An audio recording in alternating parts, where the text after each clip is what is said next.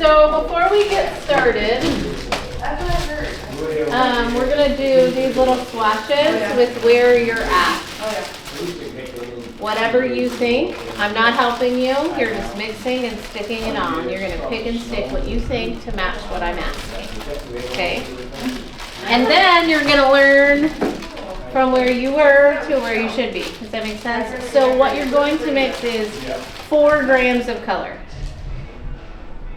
for this swatch. Like no more. You shouldn't need more than 4 grams of color. So, believe those. So all of our students who come here are newer level stylists to our salon. They are either licensed or going to become licensed. So what we do is not necessarily teach them again, it's more refine their skills.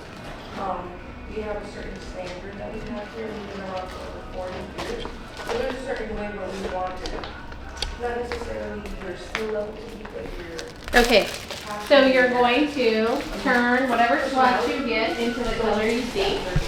Whatever color you see, there's no guess to ask questions. You know what I'm saying? This is the picture they want. So you're going to determine it, and these have to process for 30 minutes, so I just want to get them painted and set aside. You're going to paint them in a foil, right? So just stick this on a foil and paint it, I would say, really well. You can even like leave the top of it so that you just paint the bottom so you can see what you created and where it started. Does that make sense? Are we allowed to use the color book? Yes. Yes. No. Formulate where you are. Does that make sense? Formulate where you are in your brain for formulation. So, let me see your color. Yeah, you can achieve that. And you can decide what you see. Are you coloring it like that? Or are you coloring it like that? You have no, you can't consult with her. She has a piece of paper.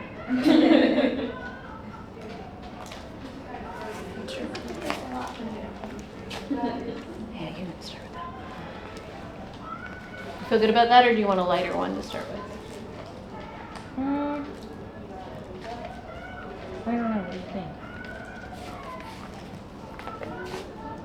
I'll do the lighter one. That way you have like kind of the same palette as they do. All right, so you're going to decide what you want. You're going to mix 4 grams of color. And then you're going to write it down and you're going to paint it in a foil. Any questions? All right, go ahead and get that done. I'm going to give you about 20 minutes or so to formulate and paint it, and I'll get you a little piece of paper to write your formula down.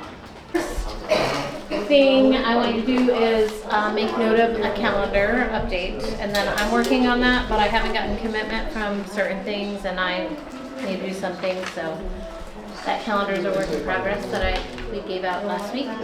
So August 5th, it's a total separate thing. It's here on a Monday, but 4th.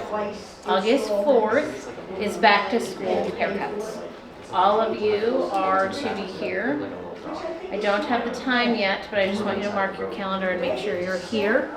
And it's a big event that we do. That last year we did 2 days of it, and it was 70 haircuts total. So this year we're doing 1 day, and there's going to be, every chair is going to have a stylist in it, including that color bar, so there will be 12 stylists. And if 12 stylists do 4 haircuts, that's 48. So just FYI, but you are included in that to be prepared to cut hair that day. Any questions? Okay. So it's like princesses, but way less. Like not all the, we don't do tinsel that day. We have usually a table set up with fun stuff for back to school or snacks and treats, but it's a haircut and a style. It's not like over the top, like the princess idea. Does that make sense? So, any questions about that? Okay, so you will have appointments on your book. If you do not show, we have nowhere to put them. There's no one to like cover you. It's like real stylist day. When you have appointments on your book, if you don't show, we have to call and move them, and it's a guarantee that we lose them if it's the first visit. So, just something to be aware of. Okay, so do you have your color assessment? Yes, I need the Calendar. I'll get it to you. So how did you feel about the color assessment? Feel good? I knew the whole thing. Maybe some of it. We're going to break it down, but if you did not spend time looking at this information, then I'm going to pass you today because you had to have touched on this information to take this class. That's why I gave it to us. So let's talk about the law of color and the color wheel and how it plays a part in our color world. So what is the law of color?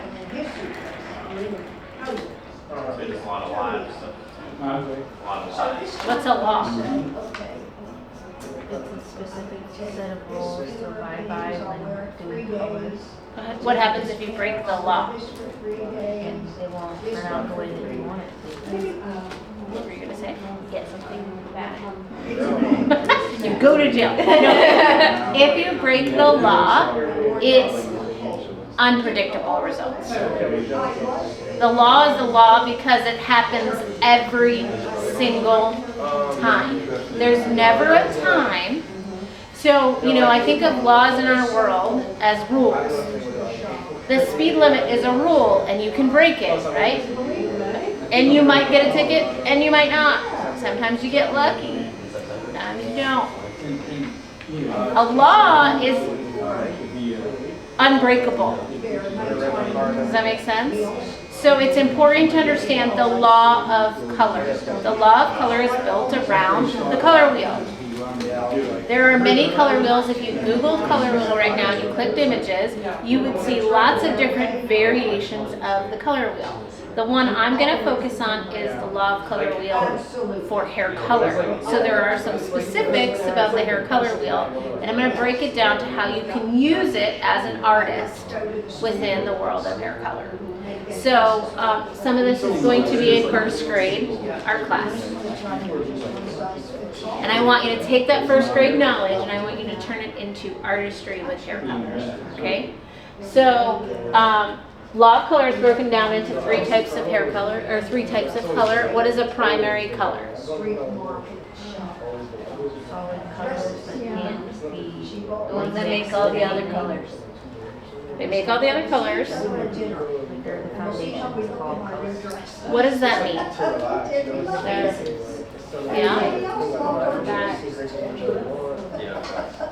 That isn't all the other colors. What are the three primary colors? Yellow, blue, and red. Yellow, blue, and red. The foundation means it cannot be made if you don't have it. That's the kind of rule of the primary. You mix them together to make everything else. But if you don't have blue, you can never just make blue. You can take a light blue and a dark blue and make a medium blue, but you can't just go, oh, if I mix X, Y, and Z, I get blue. It doesn't happen, okay? So primary colors cannot be made.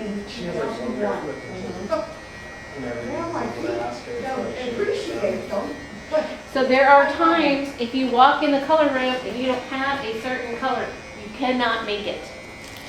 No matter how you slice or dice it, you cannot make it. If you do not have red in the back, you can't make red. Make sense? So where we place the primaries on the color wheel matter for hair colors. So you can draw this anywhere you'd like, but I'm going to draw you a color wheel in the hair color world. At the top of every hair color wheel is yellow. And out to the left is going to be your red, and out to the right is going to be your blue. And there's a specific reason that I put them in that place. What is a secondary color? Two primaries mixed together.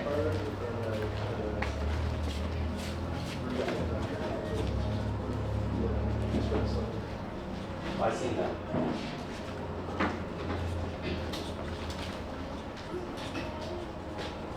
So red and yellow make what? This isn't like a religious thing either. This is just how I place them for where I want them, just so we're clear. Red and yellow mixed together make? Red and yellow. Yellow and blue make? Green. And red and blue make? Violet. And is it purple? Yes. In the hair color world, it's violet. Oh, okay. Okay, thanks. So then you have tertiary colors. What is a tertiary color? I'll get it. Two secondary colors? Which two secondary colors? Flow into it. These two secondary colors? No, the two Oh, like the primary and secondary. The primary and neighboring secondary. So it has to be next to it.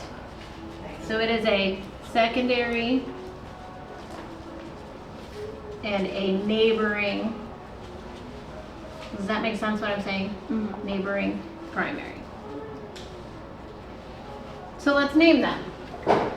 What do these two colors make for a tertiary? Right here. Orange, yellow. Is it orange, yellow? Yellow, orange. Yellow, orange. Why? Because yellow Yes, is the primary color.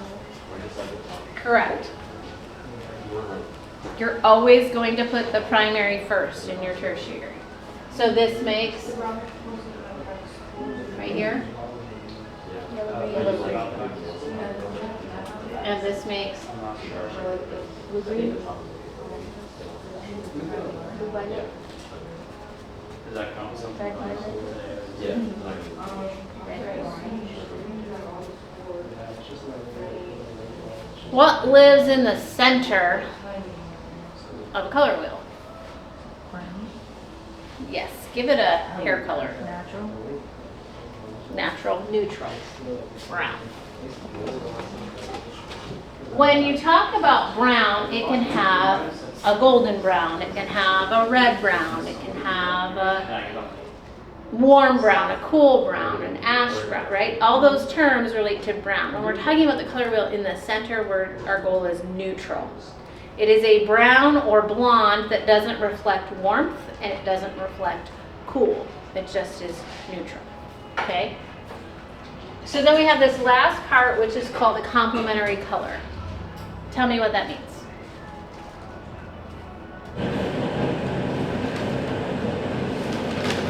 Oh, it's the color across the color wheel. Correct. It is what lives exactly across the color wheel. And what does that, why do we care about what lives across the color wheel? That's how you neutralize colors. So complementary colors neutralize each other, or when mixed together, they make neutral. What outside of complementary colors mixed together makes neutral? All of them. When you mix the three primary colors in equal proportions, you get neutral. Yes? So red, yellow, and blue together make neutral brown. Do you believe me?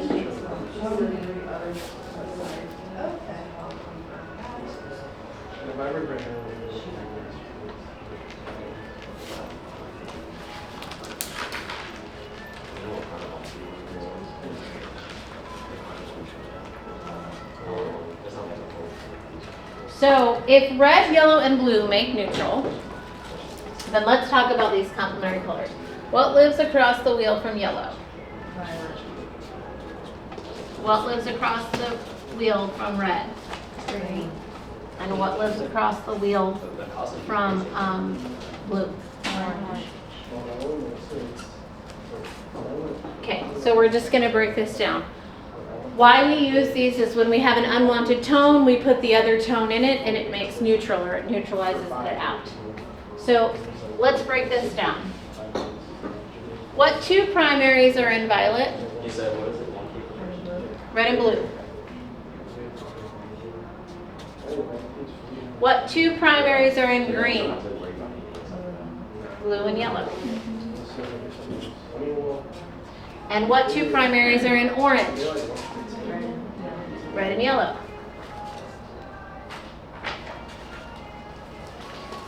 Once you put that primary in with the secondary, you now have equal proportions of red, yellow, and blue. Does that make sense? When I add yellow to this, I have yellow, red, and blue. When I have red to this, I have yellow, red, and blue. When I add blue to this, I have yellow, red, and blue. So you can memorize this, or you can just figure out what primaries are missing in your end result. Or you can go to the color wheel and go across.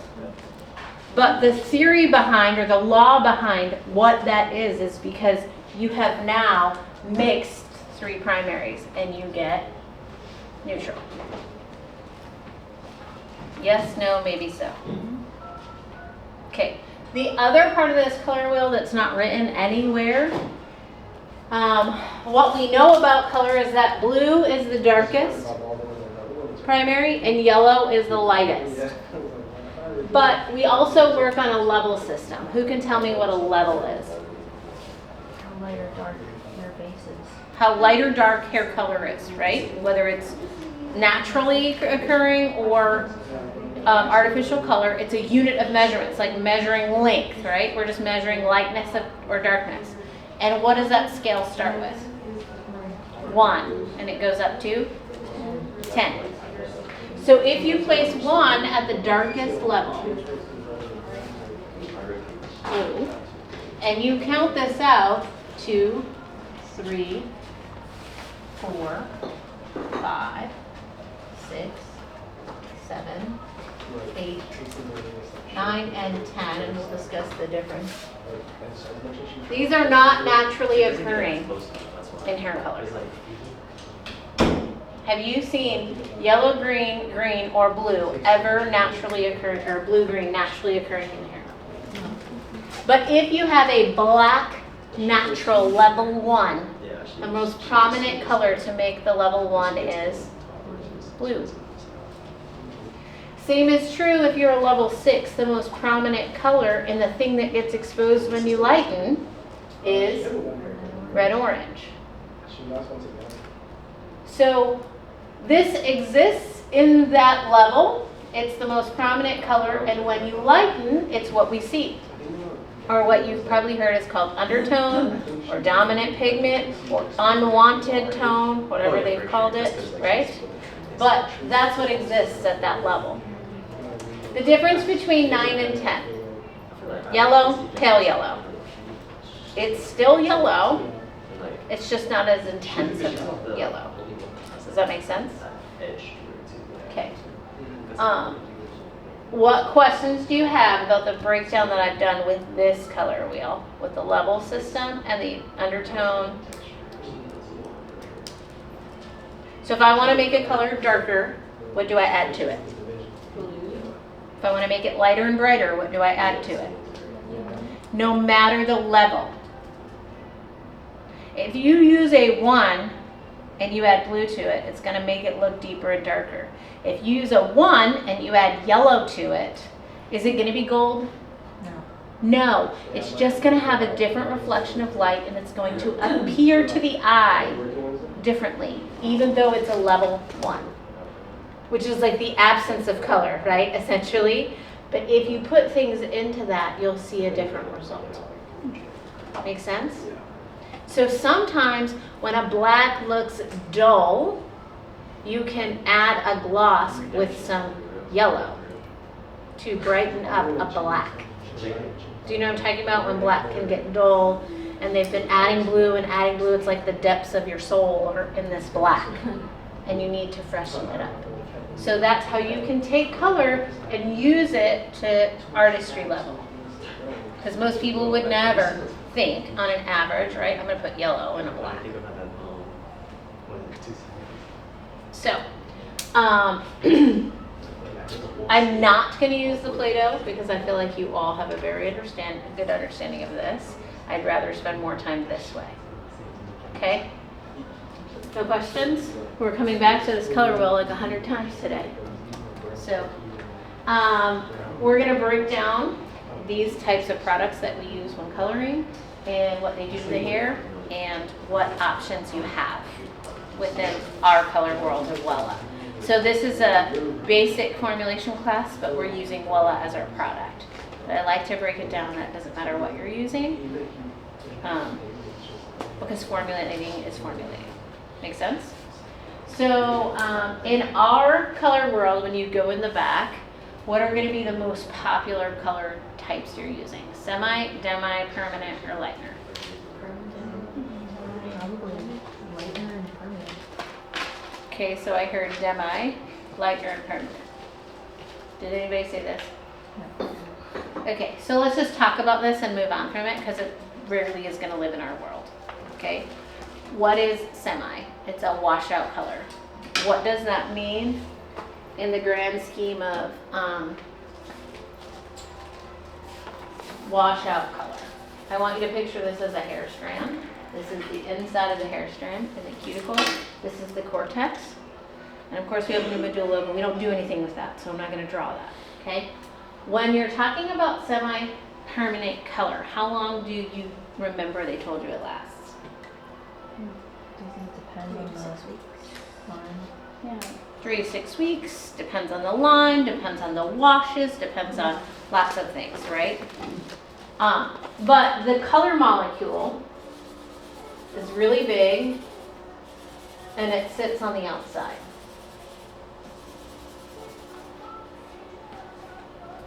And then you wash it and that comes off and it comes off, and when you're all done, the hair looks exactly the way it started.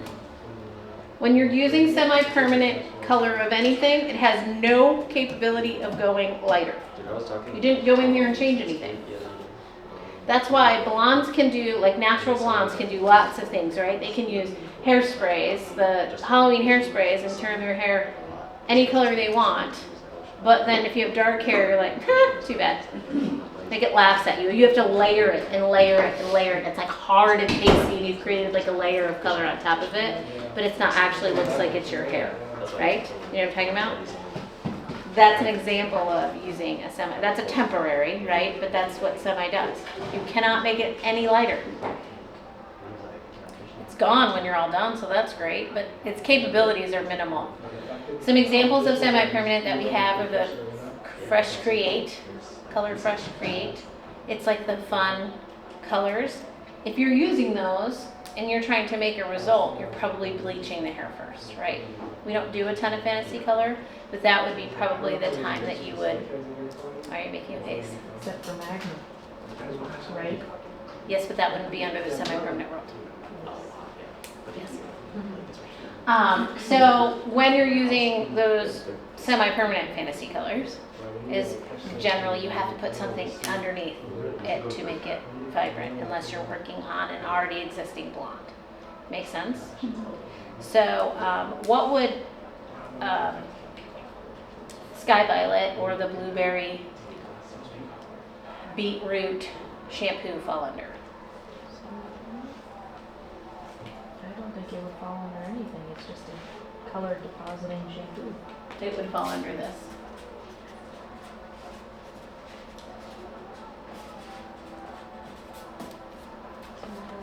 Temporary color. It's a wash in, wash out, correct? Now, some of them have become staining. Temporary colors can stain. That doesn't make them more permanent. It just means that the hair condition, right? Usually it's condition. It's a blonde who's overusing a shampoo. But it is a toning shampoo, which makes it a color or fall under the color category. Just like the Halloween hairspray falls under temporary color. This falls under the same category as this in the sense of the dye molecules for this are smaller, so they hold on for a couple shampoos. These, they're huge. You wash them out once. Make sense?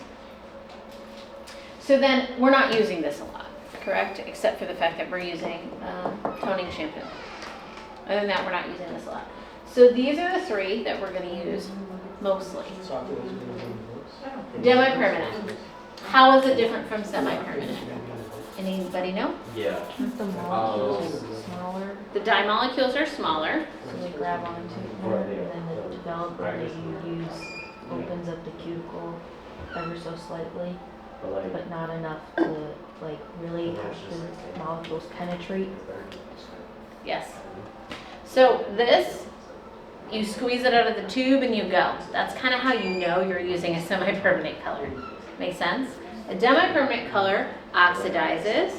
It is mixed with a developer.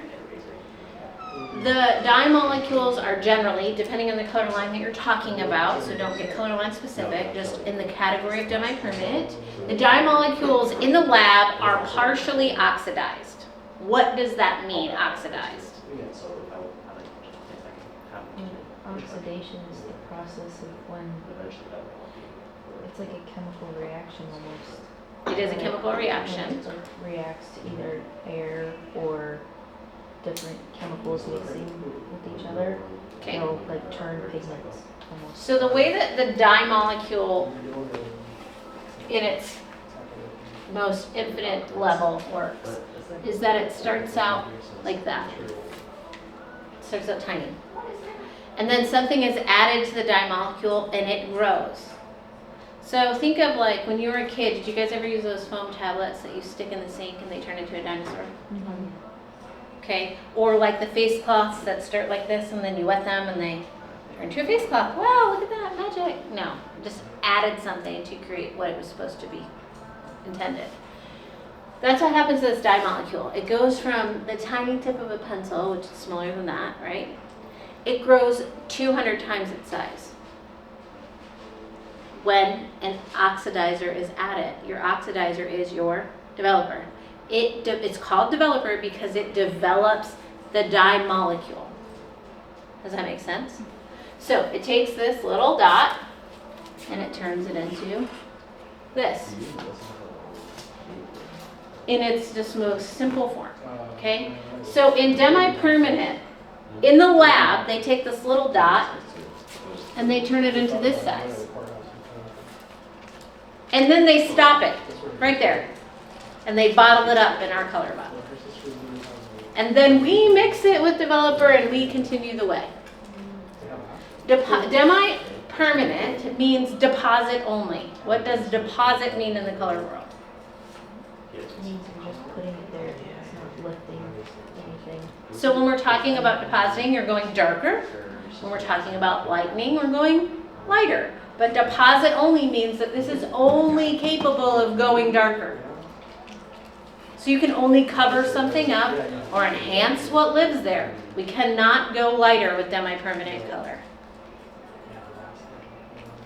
So we take this dye molecule, we mix it with whatever developer. Now demi-permanents generally have their own specific developer made for that dye molecule that was already partially done.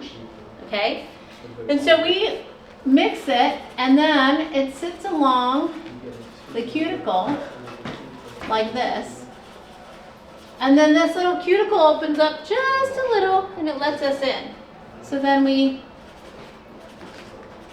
kind of shove our dye right along the edge of the cortex. We can't get in and rearrange things, but we can cover and blend things away. Does that make sense? Mm-hmm. So that's what this is capable of. And then when you wash your hair, time and time again, right? So how long does demi-permanent last? Isn't it like 8 to 12 weeks? Like it's longer, but it still like fades. It's going to fade. It's made to fade. I would say the number of weeks that you can guarantee depends on the lifestyle of the person that is taking that hair color away. Every time you wash, you take some of these off. Every time you swim, you're taking some of those off.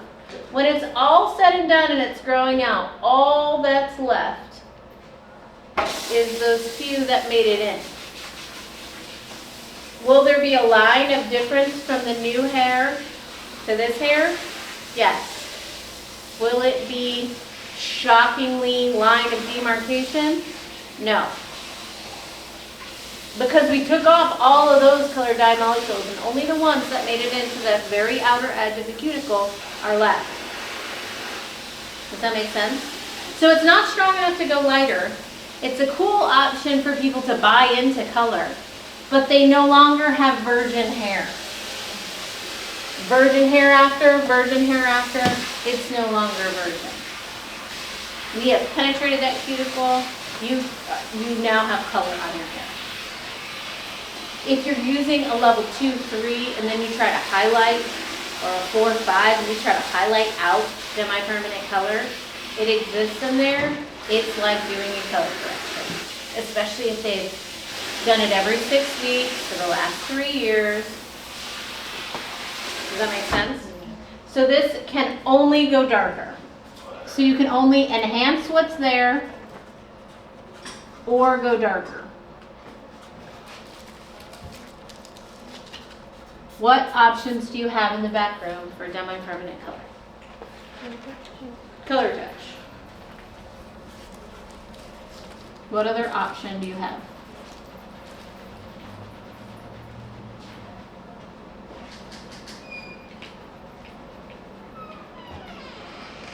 Some of you might not be using this in your salon. We use it for a toner. We use it for a gloss. Mhm.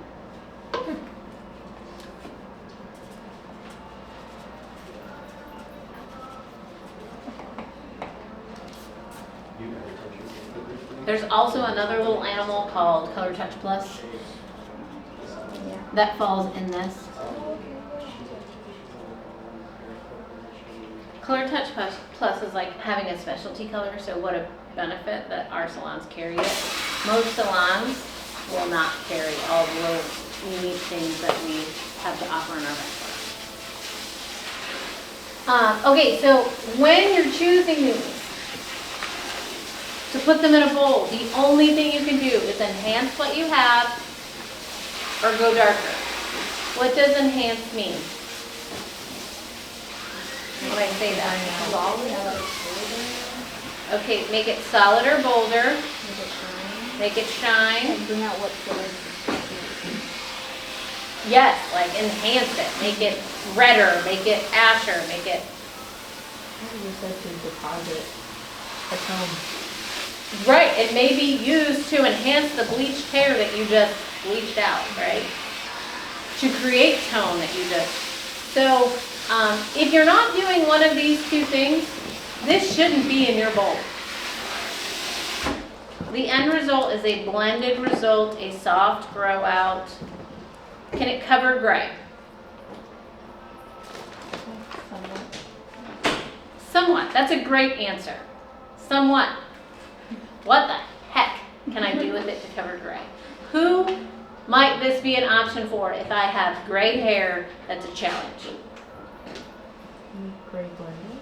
Gray blending. It's all you can promise. With Shinefinity, you get about 30% coverage of gray. With Color Touch, you get about 70%, 50 to 70 is here, and 70 with your Color Touch Plus. There is no 100% gray coverage. So for the guest who has a root that's growing out, they don't want to see that root anymore. If you put this on there, you're going to have a root that has gray hair. This is more for clients like me that have a small percentage of gray. They're not going to maintain their color. They don't necessarily want a root. Low maintenance, blending gray. And maybe they just don't want color, but they don't want to see their gray. This is a good buy-in. And this can be years of an option before they buy into a root touch-up. Make sense? What questions do you have about demi-permanent? Clear understanding? Who uses demi-permanent on their swatch? 1, 2. What do you use? KP. Okay. Every one of you could have used CT or Shinefinity. What would be the difference? Because you were all going darker, yes, or enhancing what was there. So when would you choose? I'm going darker, but my client wants permanent. Don't let your client tell you what you're doing. Okay?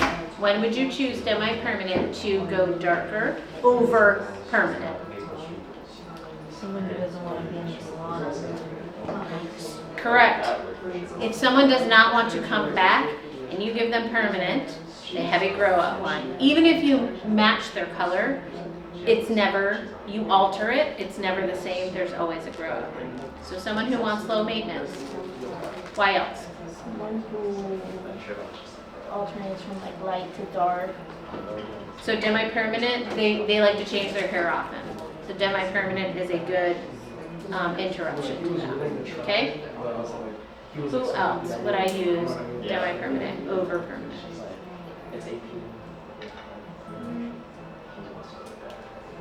What if my hair is damaged?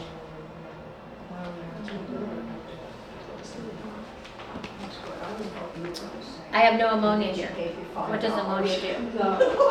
In its natural state, it swells. It opens the hair. If my hair is damaged, my cuticle is like, come on in, hang out for a while. Makes sense? So I don't need ammonia to open the cuticle and get longevity. Where our society has gotten to, they're educated about so much, but they're so uneducated. They know enough to be dangerous when it comes to our world. Just like we know enough about medically, we can WebMD and then we're dying. We go to the doctor and tell us what's wrong with us. The same idea is true. They know enough from TikTok and everything else, but they don't know anything. So they say, well, no, I don't want my color to fade, I want permanent. Tell me why that's not true. A guest says that I don't want my hair color to fade, so I want permanent color. So what? So why would you suggest a demi-permanent? Why is it in their benefit, potentially, for a demi-permanent over a permanent? It's easier to remove if they want to change it. But I like my hair dark. I'm always dark. I don't want my color to fade. Because they say this. They say this and then they insist that you put permanent color on that. That's why I'm having this conversation. I want you to be strong enough to know the why. Demi-permanent fades less than permanent color layered on top of permanent color on top of permanent color. And here is why. When I put demi-permanent on, I'm not opening the cuticle, closing the cuticle, opening the cuticle, closing the cuticle. Okay? When I put permanent color on, I'm opening it, closing it, opening it, closing it. I get the depth the day of, but I did more damage to the hair. So what does damaged hair do? It fades more. Old school way of thinking was you put permanent color on the roots, and then you let it sit out and you pulled it through. So think about that. You mix this color up, and what happens when we oxidize it? It turns to a big dye molecule. Okay? We just let it sit out, and when we're ready, we pulled it through. When this big dye molecule sat on top of it, what did it become? A seme with ammonia in it, with 20 volume developer or whatever developer you're using, with no conditioning, no shine, no gloss. We just are refreshing the old color because it faded. New thinking is that we use demi-permanent. When you have put a CT gloss on or a Shinefinity gloss, describe how the hair feels. Didn't stay in water long. Softer. And then under the umbrella. So for someone like me, when we did my color wax, you put cervix in my bowl and you brush it through. Why did we do that? Why didn't we use CT on you? Or I don't know. because the color's not available. So you have a red that is intense red violet or violet red, correct? And so when you're mixing this formula to match the root formula, you need them to coexist and you want it to be more violet. And it didn't exist in CT in the way we wanted it to. So what we did with her formula is diluted our permanent color. But you do not get as much shine, you do not get as much. So what we could do as a top coat with clear in one of these two options to get the benefits of these. But it's a two-step process because of your color. Does that make sense? So sometimes it's not an option. But what we know about when we use these two, and sometimes I describe it to a guest like a colored conditioner. And when you're using this one, you can 100% say that freely. It has zero damage, it has zero lift, it balances itself out. like pH balance And itself out, right? I think So what the they hair wanted actually to do feels better after was they you've done it. Came into the garage. Even if the hair's went to the damaged, first it coats it and staircase, soothes it and because feels Thomas all, Rose lives I mean, on it's the even less second level, detangled, like right hair at that gets tangly. stair Sometimes a entrance. clear gloss will help So them they probably went detangle. up there and right into his unit for lunch. So this Same way coming animal, out. some of your stylists don't And John use said, to their full benefit because remember they started looking at with a vehicle, put your root color on and pull it thought through. maybe it was Let it a sit out, pull it police through. vehicle, and I There are was some looking for clients the still that ask for that. I have a TV really hard screen time giving them up that. on the dashboard. Why would they ask for He that? said, but it definitely looked That's like what they know. That's what they some know. kind of police. Well, I don't have to vehicle. pay for that bullet color. You already mixed it. It So, might be that process. They don't want we to had, pay for the I other guess, bullet color. loyalty. But what you're actually doing In the is building. giving them a Band-Aid. They're gonna wash their hair once or twice. That is gone. And then what? Oh, yeah, no, they went. So the proper way to do a refresh on ends that have become faded is to give them a gloss or a glaze, depending on what you want. But anyway, Understood? Okay.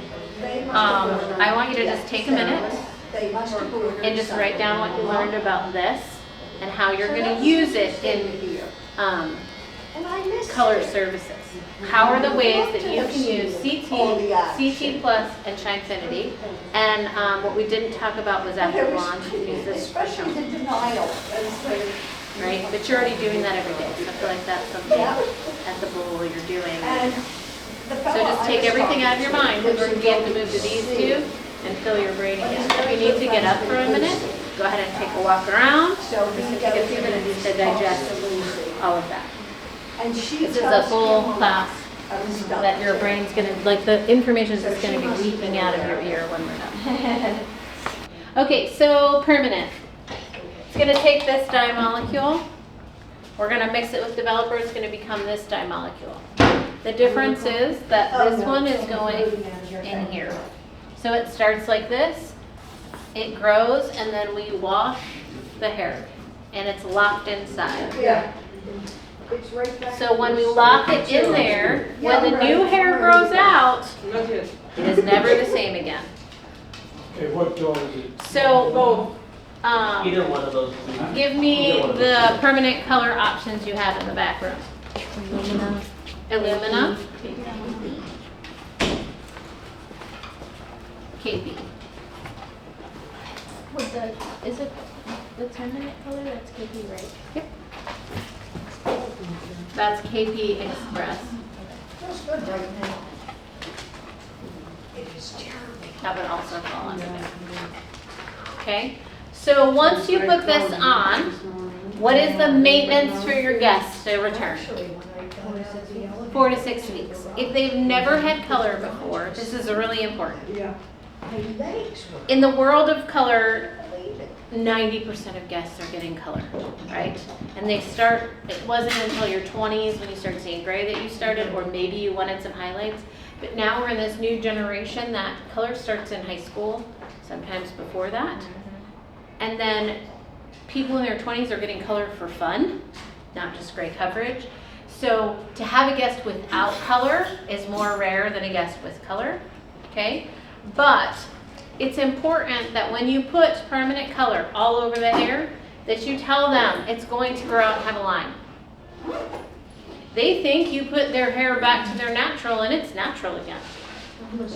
No, because all these dye molecules still exist in the hair. It's no longer their hair.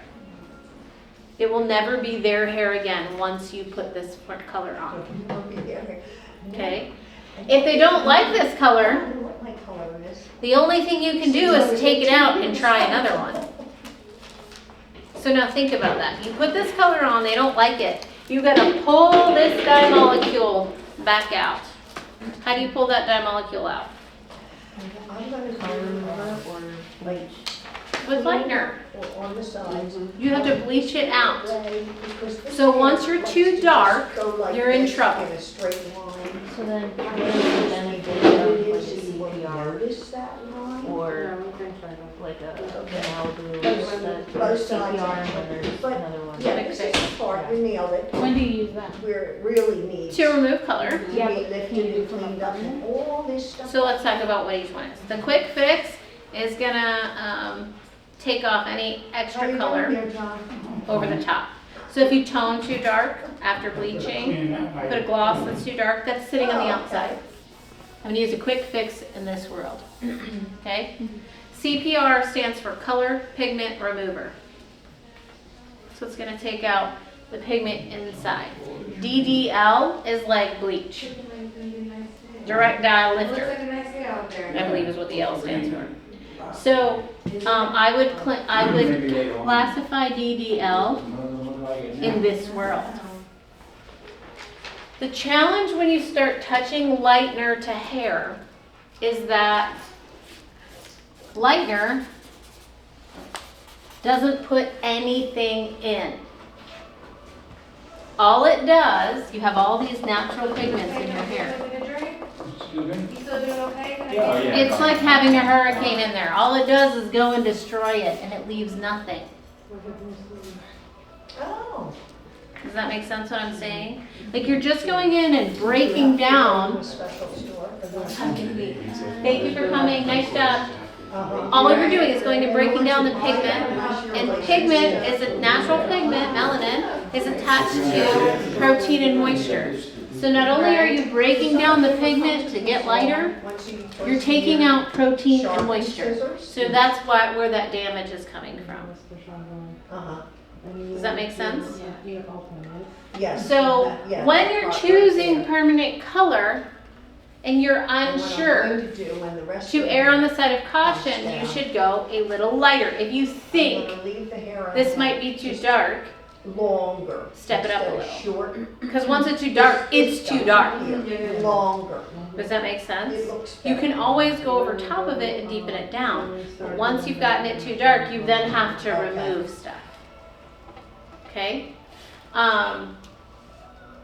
The other part is when you're using lightener is that you have to do repair every time you use lightener.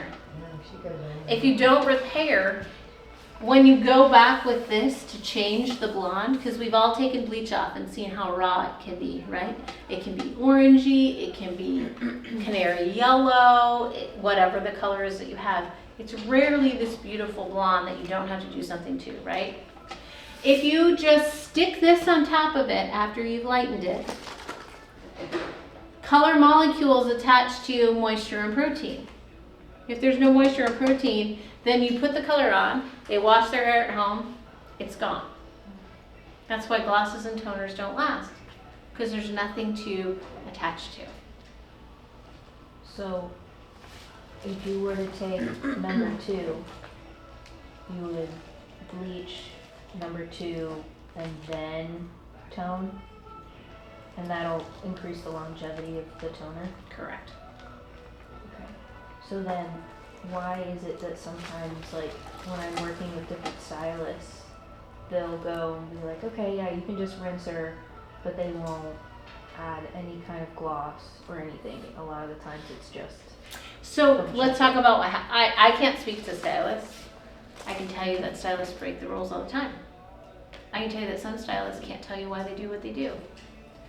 I don't care what they're doing if they have happy clients and good end results and hair still on the head that looks beautiful. Not my, you know what I mean? Not my place to judge. That's the artistry of it. What I want you to understand is the rules of what you're doing and how are you going to use them. So when you go in and you break this up, I want you to think of it like you stripped wallpaper off the wall, but you punched holes in it. And now you're gonna just leave it?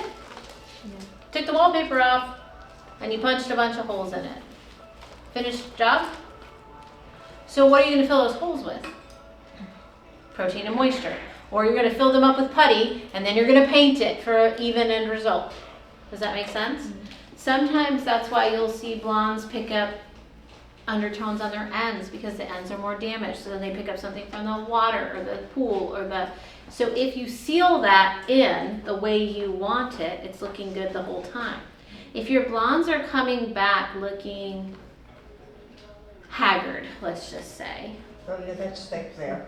they should look good the whole time. So maybe it looks great today, but it's taking on other things. Something's gonna fill those holes in. Something, mineral deposits, pollution from the air, who knows? Something's gonna fill those in. So if you leave it wholly, you're leaving it open for it to take on something else. That's what I'm saying. Then if you send them home and you haven't discussed shampoos and conditioners, they could actually be pulling more moisture and conditioner out of their hair and making their hair more damaged before you see them next time. Does that make sense? So that's where really understanding, and if you left them wholly and sent them home with blueberry shampoo, what's going in the holes? So now why are they so violet? I know. Because it just sucked in there and got stuck around the little hole and was like hanging out. Why'd she turn purple? I know. That shampoo you suggested sucks. Do you see what I'm saying? Like, it's not the shampoo, it's that we suggested it improperly without filling those holes first. Also not telling them that that's not an everyday shampoo. Letting them know that's like a toning shampoo. All toning shampoos tend to be drier because there's color in them, right? So if they have a dry issue, we need some moisture in between. So all of those things, how stylists use things, are their choice. What is your recommendation? How do you want the hair to feel when you're done? Do you understand how the chemicals work? Do what you feel is right. There are times, in salon reality, there are times I don't use a toner or anything. I prefer a clear gloss. It just depends. I don't like to give things away for free. I don't mind giving a complimentary this time to see if they'll buy it next time, but I'm not gonna do a free service every single time you come in That's true. because you don't have the money for it. I'm gonna keep offering what you should have, talk about a clear gloss or what have you, but that's not how I operate. I don't give things away for free. I educate on why they should have it. Does that make sense? So sometimes stylists are thinking with budget in mind. Sometimes they're thinking with time in mind. Sometimes who knows, right? So there's all these corners that get cut when we're behind the chair in reality world, but this is the makeup of how it works. And I would ask you if you want to cut corners or if you want to do it right, and then decide how right is for you, what end results. Because some stylists have toned, and toning can be a nightmare. You tone with this toner, it's too violet. Okay, let's take that one off. You tone with this tone, now it's too gold. Now you tone with this tone, and so then they stay away from toners because forget it, I'm just gonna bleach to the color I want and not mess with that second step of toning because every time I tone it gets me in trouble. But toning is like so particular. If you've gotten the hair too purple, you already know. They look gray, right? And they don't want to be gray. So that could be why someone's living in that comfort zone in their journey. You'll see in the back. I don't know, I'm just saying why it could be, but this is how in chemical it works. So after these services, you do have a number 2 that works with the Blonde or Plex and the service that works with this color. After CT, service extends the life of your color. Shinefinity requires nothing. So back to the conversation where you're filling the holes. Yes. If I were to, because you said, what were you saying about moisture and protein? It'll help fill it, or So dye molecules, natural, not dye molecules because that's hair dye. Natural melanin is attached to protein and moisture in the hair. So when you break up that melanin, you're kind of ripping it off of the protein and moisture for a visual, right? So if you add protein and moisture, it's going to help fill those holes. So if I were to, instead of doing a toner, like if I have a full foil client, I don't need to do toner, but I go and do a steam treatment with like oil reflections or some kind of hydrating, like absolute repair or something. So absolute repair is putting back protein. Right. Oil reflections is putting back moisture, 100%. So if that would help to fill the holes where Correct. I could skip doing the gloss. Correct. But Correct. that takes more time. But even if you're doing a gloss, if you put a gloss on uneven hair, so you don't use a number 2. You put the gloss on uneven hair. That's when you get parts of the toner that takes really purple over here, or you have to put the hairline last because that's fragile, right? And then it takes violet on the hairline or what have you. So I know. in the application, you may be choosing to put it in one space or another. But if you fill it with something first, that's not going to change the tone. The only time you wouldn't necessarily have to worry about that is if you're using a clear. Yeah, I understand. Or like a Yeah, Express Gloss level 10 in Shinefinity. Because it's 5 minutes and it's not really doing a whole lot, right? As far as coverage. but it really didn't look too bad after I What questions do you have about? styled it yesterday. Okay, what do I mix this with? Color Touch. Yeah. 1.9 Yeah. or 4%. What color's the bottle? Red. The top is. Why do we only Yeah, mix and it with then that? Right in here, it gets bulky, like, Only allows so I, the I dye usually molecule like to expand so much. some kind of. It's made to do that. When layering it's without made with that being dye molecule, remember that that dye molecule was partially oxidized. It's made to work with that.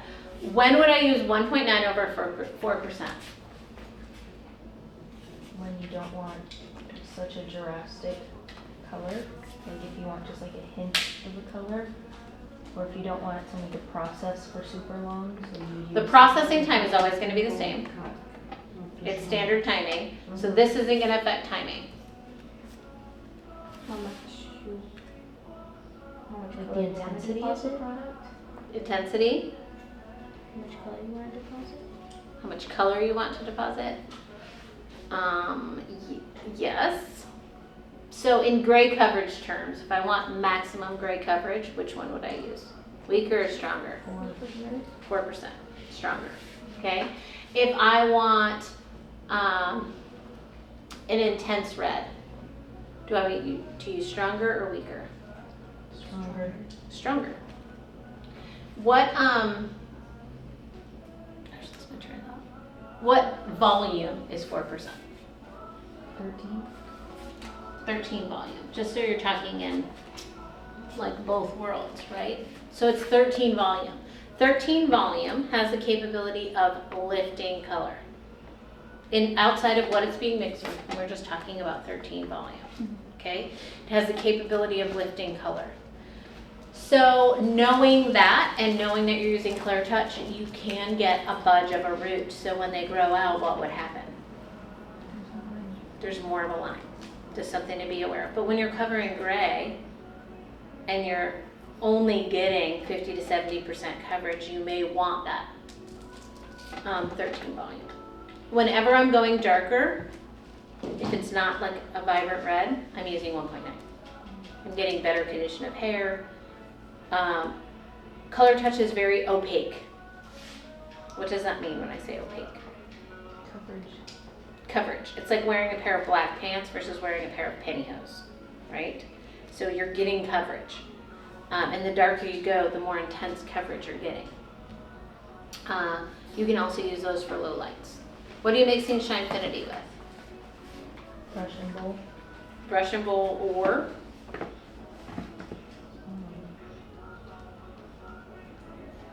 There's 2 pink bottles back there. Activator. It is called activator. One is called brush and bowl activator. The other is called bottle activator. What the heck does that mean? Well, this is what I'm wondering, does the AC work on cycles? One is Does it thinner. work cold? The one that you would mix And then in it a gets very bottle hot before it kicks on is again. thinner. So when I'm mixing that for the back bar, if I grab the bottle activator and I'm putting it on as a toner, it's going to spread faster because it's thinner. The brush? Bowl, brush and bowl or bottle. The bottle one is going to be as if you were applying it in a bottle. Do you know what I mean by a bottle applicator? Yeah. So even though I might be putting it in a bowl, I choose the bottle for the thinner consistency. And when you go in, Shades they EQ also has that too now.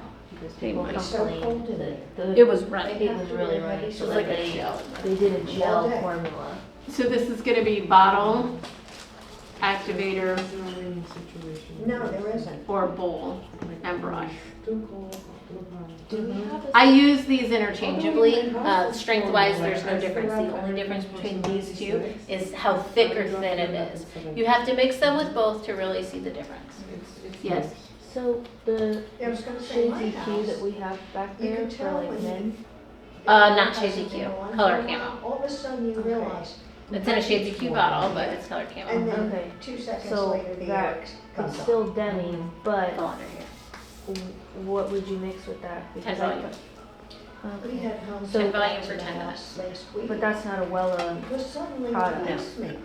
so Well, you're no, allowed to that's- interchange And instead of companies producing or cubes, lines. I would say the color line will tell you no. producing puddles of But water that's one of that those froze flaws in that you can sheets. break or remove. So I would contact. say when you're talking I about said, "Do you these work on developers, furnish appliances?" He goes, "Oh, we work on everything." they're specifically made for those color lines. They ordered a new When you ice start cream. getting into the permanent world and lighteners, 10 volume is Oh, 10 volume. absolutely. The difference It's just shot. is that Wella's 10 Well, volume it's not cream that old, might you know. have Ordered a new different one. conditioning agent in it Then they send like a that senior helps tech counteract out. maybe the One level of that ammonia in works their color. on Viking, And then this 10 Ferdinand, volume over here, Lily, other name brand, the might have a different high-end agent that works with its appliances. color as far as And then condition when there's it's me done. with my Does Bosch. that make sense? But But 10 volume is 10 For the volume is new, 10 volume. totally 20 new volume ice is 20 volume is 20 cream. volume. I have And boy, seen is in it salons working where like they a buy charm. the gallon of old school Didn't have to generic pay 20 for volume it, and use you know, that. 'cause I I'm would paying not that. suggest that, but I have Premium seen here, that right? happen. It works. I don't know about condition of hair and longevity, but it works. And they came right In out, its you know. most intimate form. So are those some of the rules that people break? Sure. If you're a Wella salon, can you break that rule? And the kid really knew his stuff. Because you're saying you're using, Well, Well, I call him a kid. I don't makes think he was sense. a kid, um, but he really knew what he was talking I about. wish that I could put you in the back room of other salons and then you would be like, wow, our back room is awesome. Because I've been in salons where the inventory is so small that you're mixing a 10 and a 2 to make something in the middle. Because you don't have what you need. I've been in salons where you're using generic developer.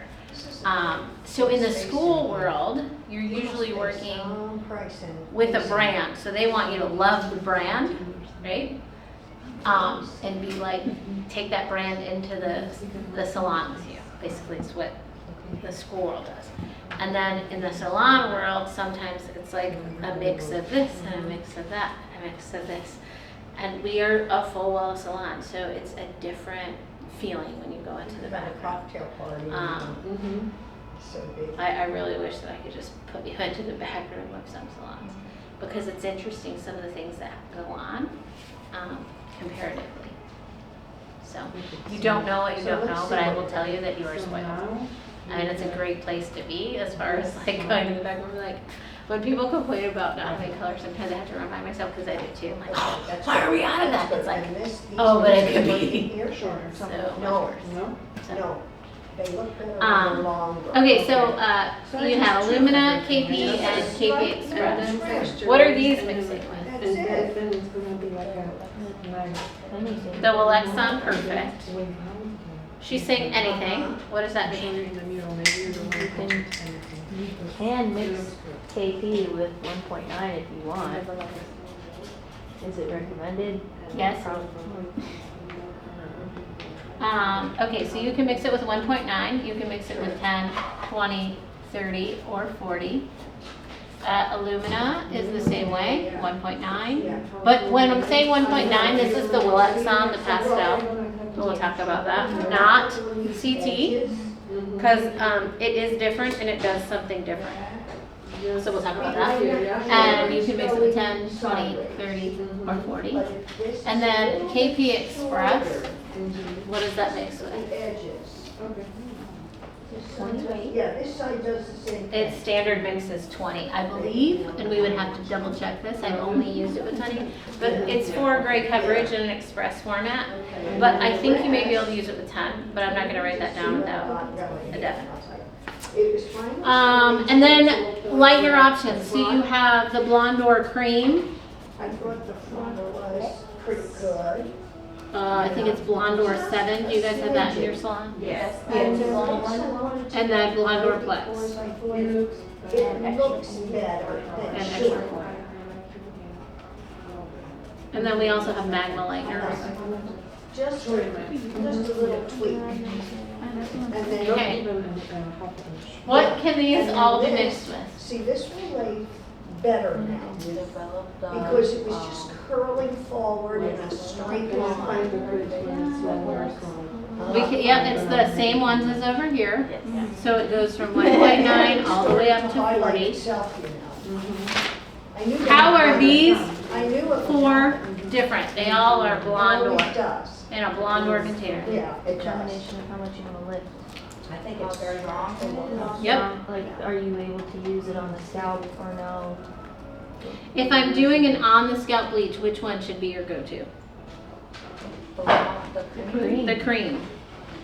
What can you mix it on to put it on the scalp? What developers? Manufacturer's instructions. Color reducer. I came over to one of these to permanent labels. Say it again. Clothing stores. What is 10%? Are you saying percent or volume? One of them. 10 volume? Sorry. What are you saying? Okay. When you're mixing it on the scalp, no bleach, it should have more than 20 volume.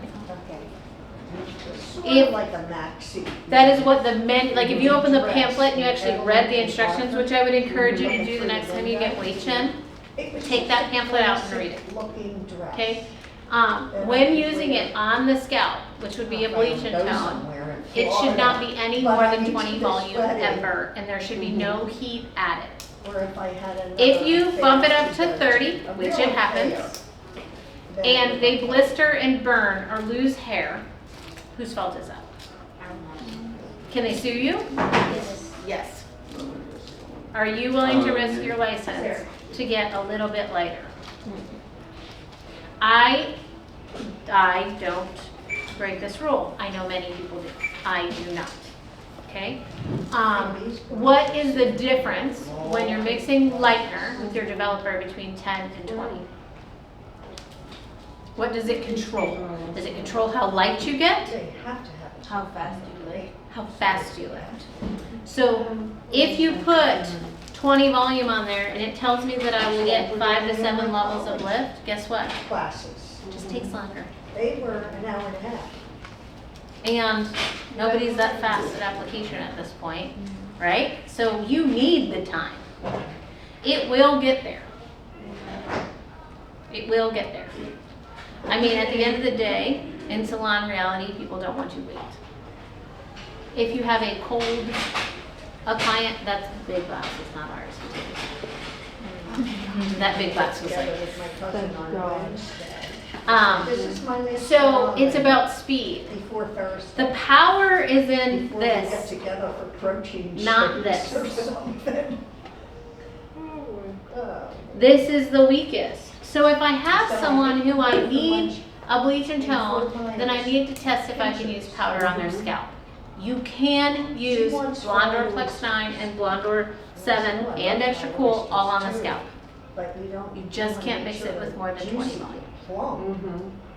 This is going to be stronger than That's this. stuff I like. Understood? If you're putting it in a foil, you can mix it with anything. If you're doing balayage painting, you can mix it with anything. The key is how fast is it going to get there. So if you start with 20 and you're foiling a whole head, when you get to the end, the first foil is probably done. Now what? You have to start rinsing, you have to start moving them, pulling them out.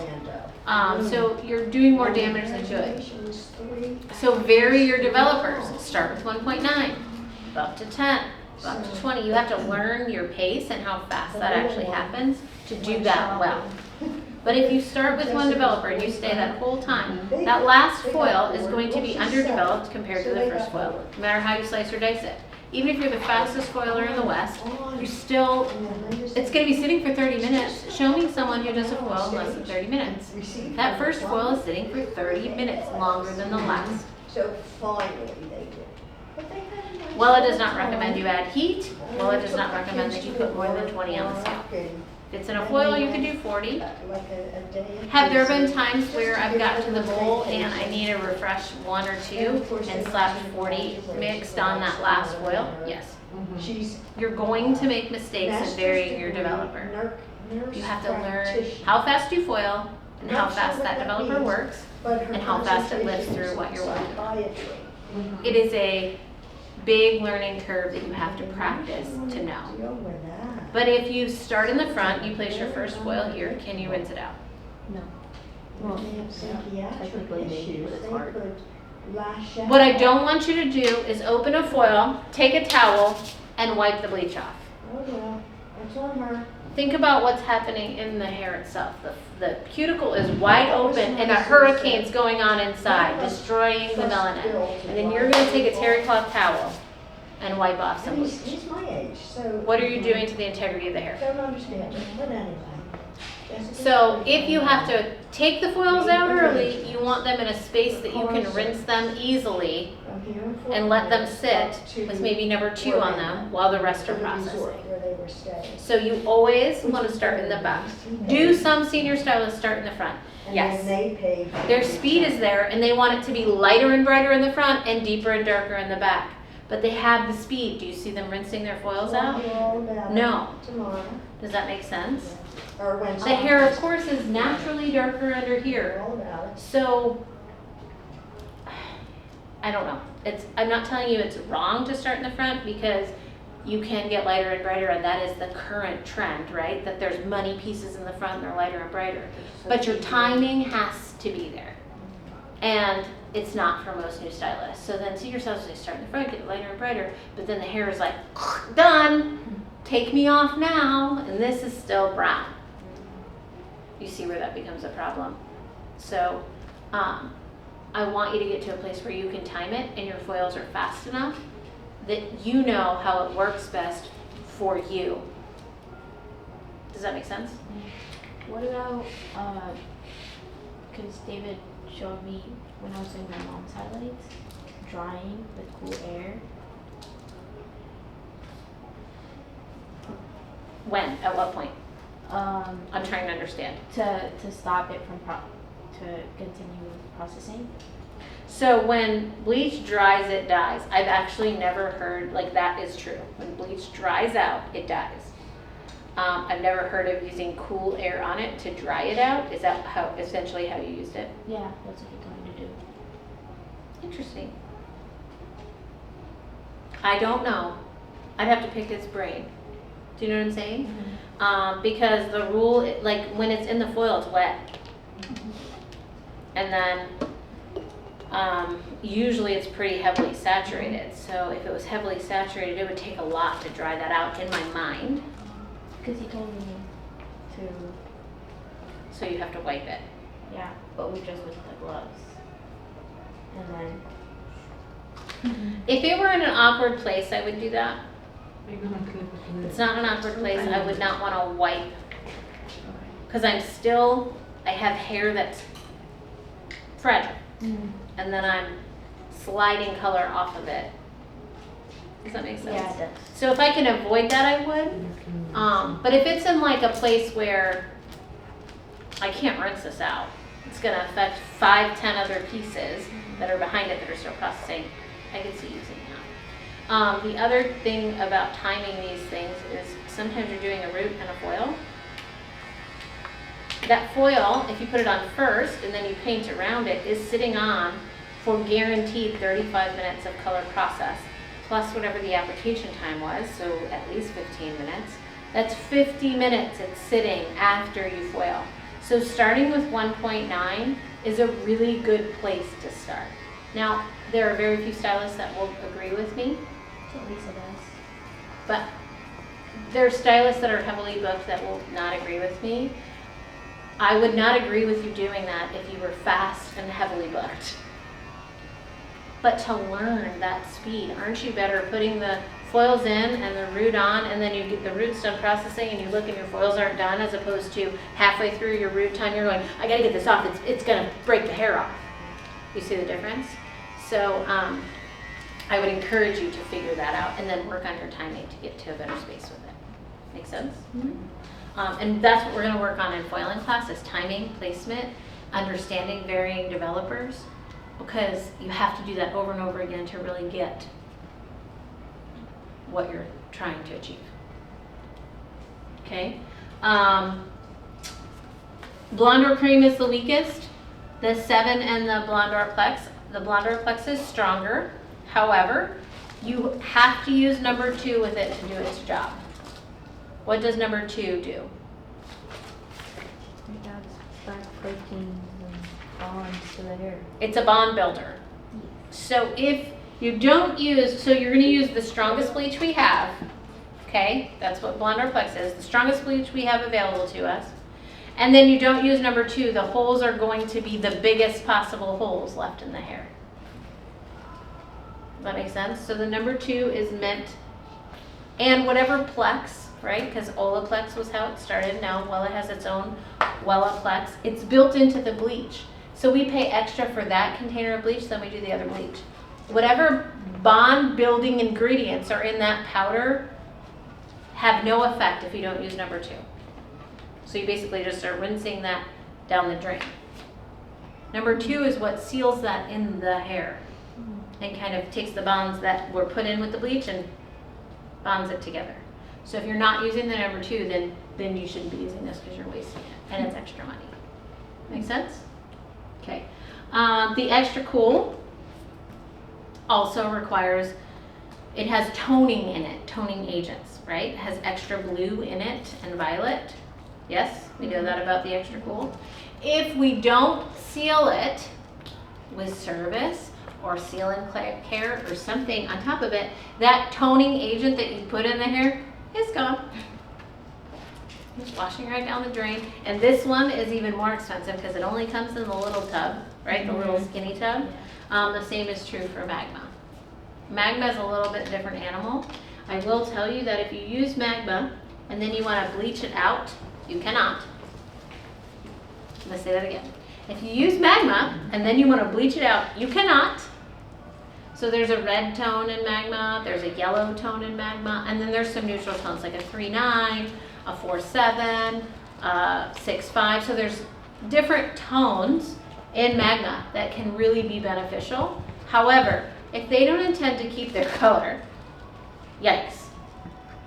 Because you cannot lift it out. You can only make it darker. There's a hot pink one too.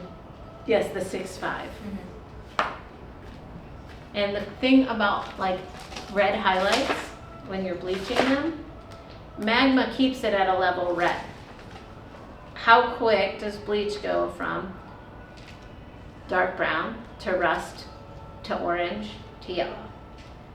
And when you're making your red highlight, you need that to be lifted off at a rust. And once you go past the rust, you create long-term fading issues every time. And your red won't be as true red, it will be more of a coppery orange because it's yellow. So if you're, when we're doing red highlights, you only lift until the rust is. You're lifting it to this stage right here on the color wheel. This red, orange. Once you get to orange, you're too light. You're too light for that. How do you feel about this? Okay, we're going to talk about level and tone, and then we're going to take a walk around to get out of your seat. Level, we have levels 1 through 10. It's lightness to darkness. On a tube of color, it can look like this or like this. Why would there be a 0 in front of a number? Good question. Go ahead, say it. Like ash or something? Not in the on the left side of the stroke. Is it like clear or something? Kind of. It means no lift. Oh. Like every Shinefinity has a 0 in front of it. This means the level.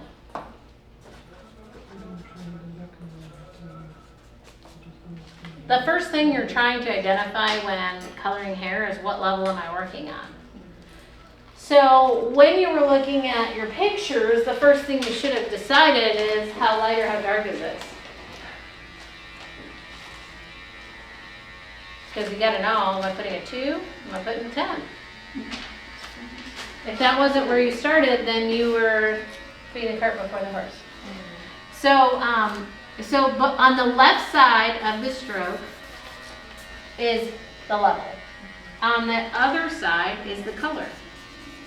Tone equals color. So you have stroke 0, stroke 1, stroke 2, stroke 3, 4, 5, 6, 7, 8, and 9. Do you know what these mean? The level of the hair. No, this is not level. The tone of the hair. Do you know what each number represents without thinking about it? If you don't, you need to learn. I don't know all of them. So you can't color hair if you don't know these numbers, because they need to come roll out. Like, first of all, when making a formula, the stylist is going to say, I need you to mix 741. What am I putting in this bowl? And what if you go in the back and you go, did she say 741? 771. But if you know the difference between 4 and 7, 4 is red and 7 is brown, you can look at the guess and go, oh, it's definitely not 4-1. She's not red. Does that make sense? So knowing what the colors are helps you when you mix it and you put it on the hair to see the end result. Or to look at a formula and read it quickly and say, oh, that's what they're putting on the hair. So I want you to write this down and fill it in without a cheat sheet, and then I will fill it in with you. If you don't know, you need to know. If you don't know this information about your color options, you have to start there well before you can go here. You need to make yourself a cheat sheet and study it.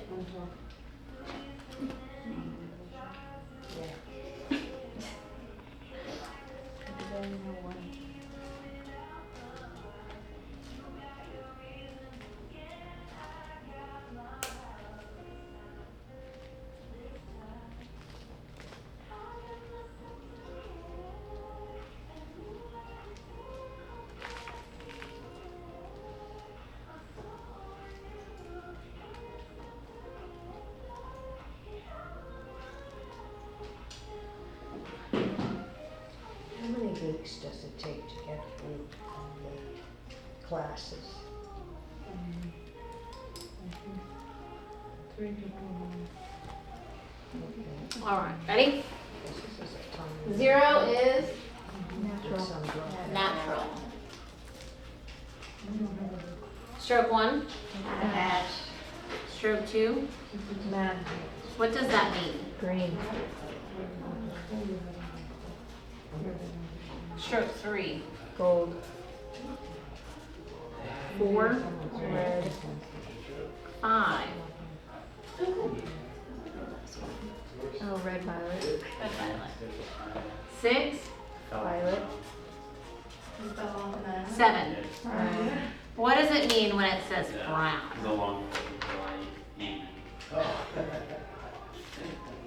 Like a mix of all of the pigments.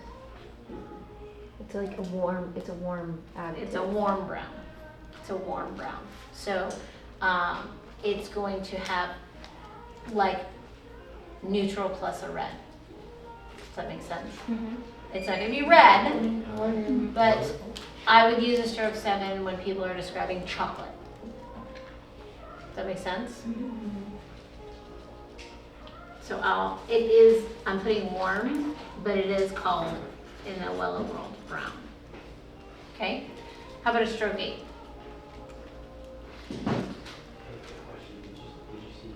Blue? Oh my god. Blue. It's blue. Nice. And a stroke 9. Sundray. What does that mean? It's like a soft violet. Yeah, so we're gonna go with soft violet. Because this one I think is called pearl, but I like you to look at them and know them for their color, not like a special name. So in Wella's world, this is cendré, this is, it's not called violet, it's called something else, and this is called pearl. But the actual color is blue. Does that make sense? When you're looking at stroke 6 and stroke 9, often I'm like, oh, it has violet in it, and I move on. Like, I have violet, I'm good, and I use them interchangeably. They're not interchangeable. Okay? The reason they're not interchangeable is because 9, the way you can think about it is the 9, the circle of the number 9 is high. It's like light and airy. It's softer. The circle of the number 6 is low, it's heavier, it's more of a deeper. So if you need a 6, but you're using a 9, you're not going to get enough violet to cool out the yellow that you're dealing with. Does that make sense? So I often, as a colorist, don't dive in deep enough to the 6 and the 9. I go, oh, it's violet, it's fine, it's fine. And then I'm like, oh, it's still yellow. Well, I should have used the 6, not the 9. Make sense? So just so you, and if you use the 6, you can get like blue, violet is made of blue and red, so sometimes if you use the 6, you can get like a deeper, darker color that you're not trying to achieve because it has the blue in it. Does that make sense? So when we use the 10, or the 9, if you're at like a level 10 and you just want a soft appearance. Yes, I know what I would say is, what we could do is take one of these and use one with a 6 and one with a 9 base so that we can really see that. So we can do that today. So you can visually see the difference on it. But like there's 8, 6, 9 and 10, 6, 9 and alumina. I use those a lot. There's 6 and 9. I don't know how that combination really works out well, but it does. It's like soft enough. I went through this. So understanding these is very important because when we talk about the color wheel, these are the tones we're talking in. So often I think as hairstylists it's hard to get outside of blondes and browns and red, yellow, and blue. So if you notice when you were stuck, I covered up all the color choices because we do not pick and stick. We do not go to that book, oh, this is the color she wants, and just pick and stick. It doesn't work that way. There are other factors that play a part. So today, we're going to take a level 5 and we're going to put it on these 3. We're going to use the exact same formula. Are they going to look the same? Why? Because you're missing pigments. Different levels, different tones, there's things missing. That is why we cannot just go to the book and say, this is the color she wants. That's why we don't bring the book to her and say, pick a color. She can't have them all.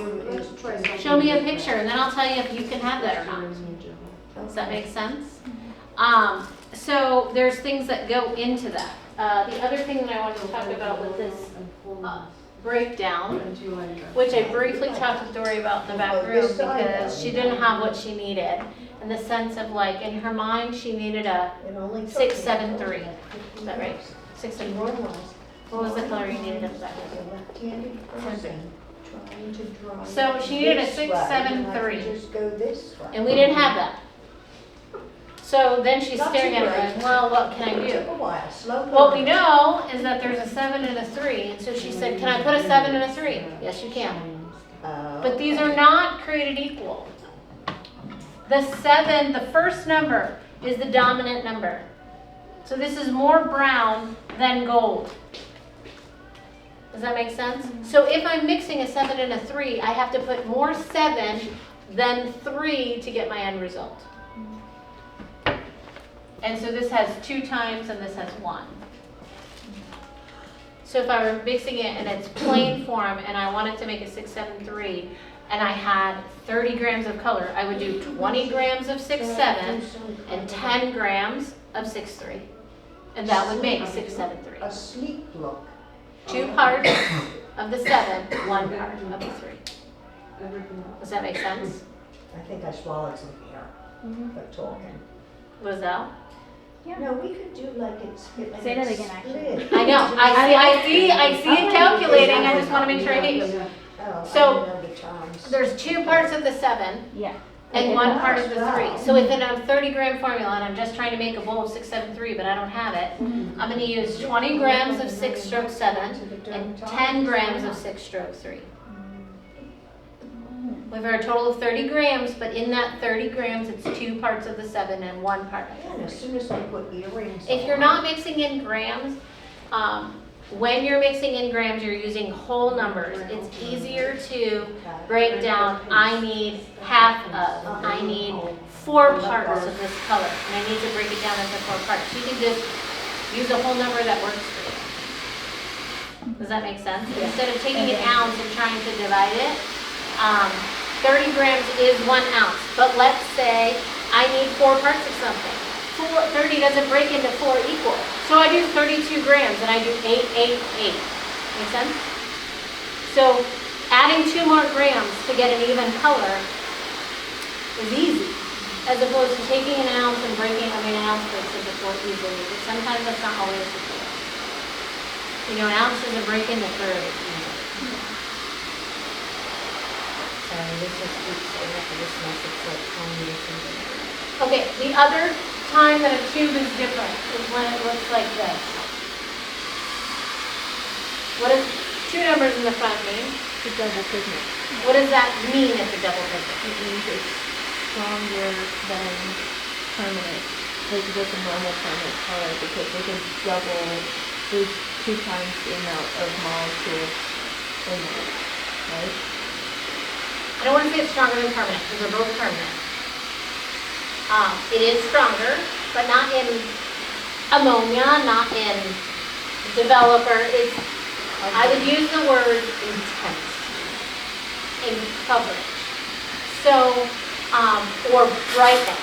So you're going to see this when you're covering gray. What do we use to cover gray when we're looking at this? Natural. Natural. Stroke 0. It's not warm, it's not cool. It literally is just putting the pigment in gray that gray is missing. But if it's, it's good.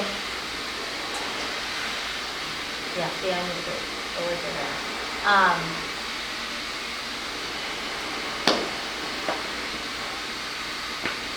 Give me a second.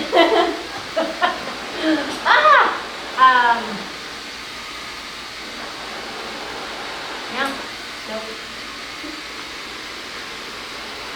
Well, here's what I'm getting at. Coarse, or if it's resistant, that's the word that I just lost. If it's resistant, we can use 6-stroke 0 to cover gray all day long, right? If the hair is resistant, then we bump to 6-6-0. It's going to be more gray coverage. I do want to tell you that because it's more gray coverage, it can appear darker. So there is a difference between these two. If you use this when you shouldn't, the hair can appear darker and be too dark for the guest. So sometimes if you use 6-0 and now all of a sudden you're not getting the coverage that you need, because I know it's double pigment, I might use 7-7-0. So I get the intensity of the pigment, but I don't get the depth of the double 6. So they're not always just interchangeable because the intensity is different, okay? So when it's a double digit before a 0, that's for gray coverage only. You're never using a double pigment in front of a 0 for someone that doesn't have gray. A 6 is going to look like a 4 if there's no gray to fill. Does that make sense? Well, okay, so the first time that I did my color here, I think Hannah put the double pigment. Yours is different. This is a double pigment. So you're talking just in In the natural neutral world, that's only for gray. Okay, so you're saying, okay. In this world, which I think, what did you put in your formula? 7743. 7743. I wrote 7746. Anything that looks like that in the red world, intense red. We have the best reds. In my opinion, Wella has the best reds. I have been doing redheads. I love them. They're my favorite to do. And they're not something you get to do every day. I think that's why I love them so much. But the palette within a Wella, you have a 743 available. It's there. But then they also give you a 7743. It's like the difference between red and red. And so we're going to do that Somebody write Yeah, these but go things ahead and down. do it. On this one right So you here, didn't do that, and we're gonna do the Karen same did it formula on 3 herself. swatches. They went I don't and care what it picked is, but out write a this down for really me. Pretty. On these 3 swatches, we're gonna do the same formula and It's not notice the bright, difference. bright red. It's Okay. just So, subtle, subtle. let's do, reddish tone in her very dark Asian, almost black hair. where did you find the steps to formulation on your color assessment? Open your color assessment and look at the steps to formulation and see if you even filled it out. Maybe you didn't fill it out. Maybe it's me who's crazy. Oh yeah, I remember the reading. Wait.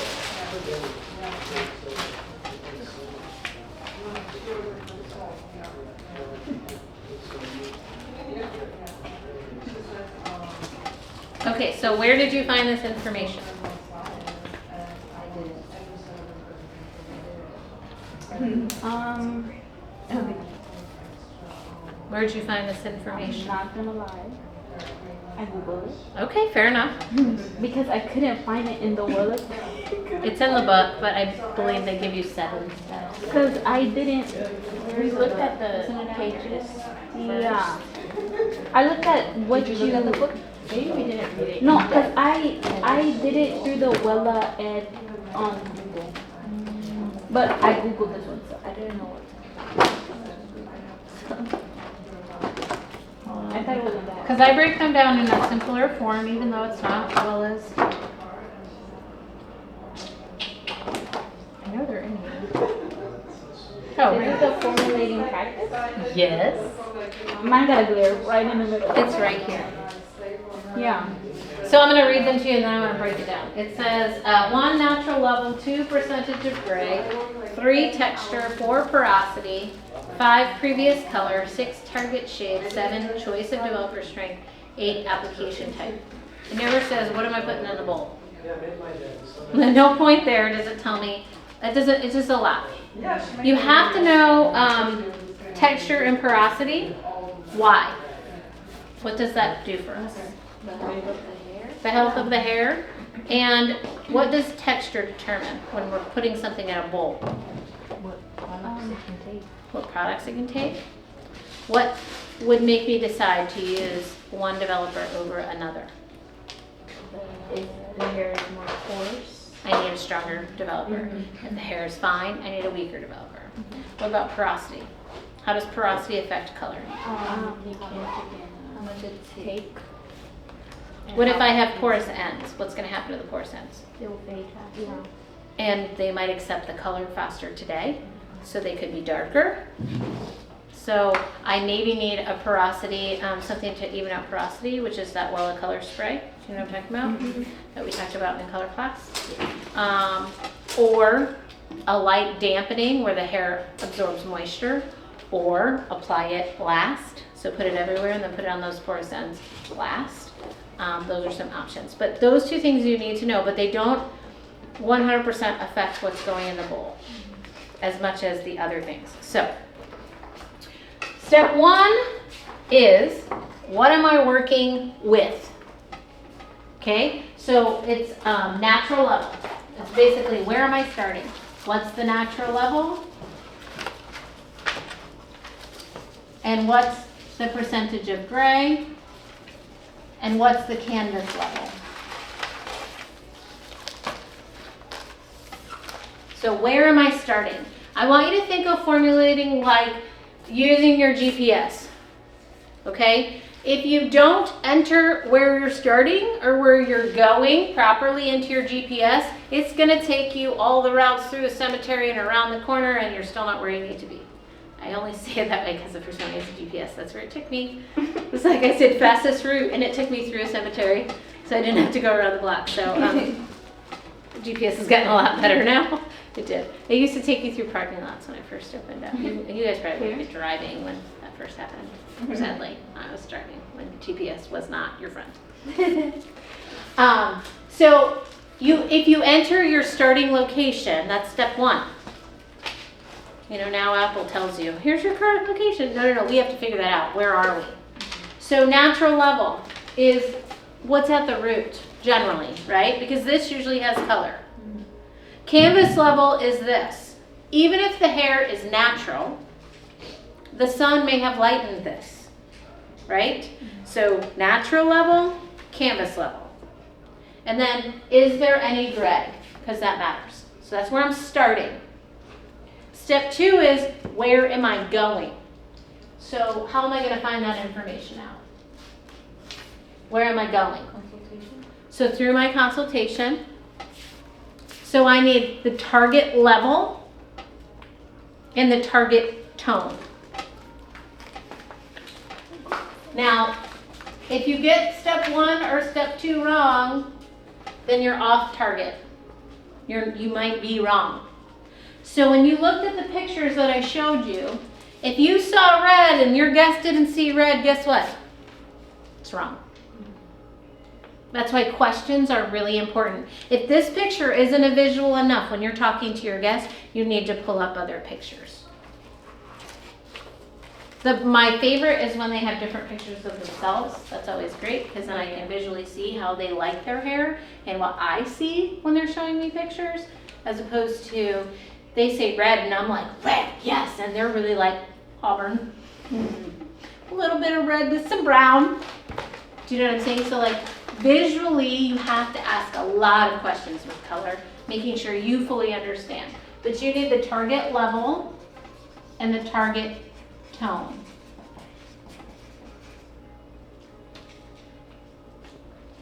Step 3 is any detours that might happen along your way.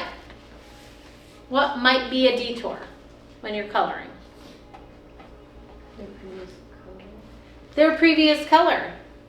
Do they have bleach under there? Do they have a fantasy color under there they're not telling you about, but they want to go blonde today? No, ma'am, not today. How might you find out detours? A test strand, or through consultation they may tell you. As a new colorist, test stranding is your best friend. Even if you are thinking about changing the formula next time, put the roots on, do a test strand in the back and let it process while the roots are on, and then look at it. Is it what you wanted? Is it not what you wanted? You can gloss that down at the sink so that next time you can get the exact results you wanted. But a test strand is your best friend. You're mixing up 2 grams of color. You're looking at what happens on the hair that you're about to be working on next time. That's another way you can make suggestions for change. Make sense? So test stranding is not done a lot. It's the most underused tool that you as a new stylist can be using. And also it's like, oh, I could spend 30 minutes on this test strand to see if my end results are exactly what I want, or I could put this all over the head because I don't want to waste 30 minutes, get myself in over my head, and now I have a color correction. Make sense? So test stranding is your best friend.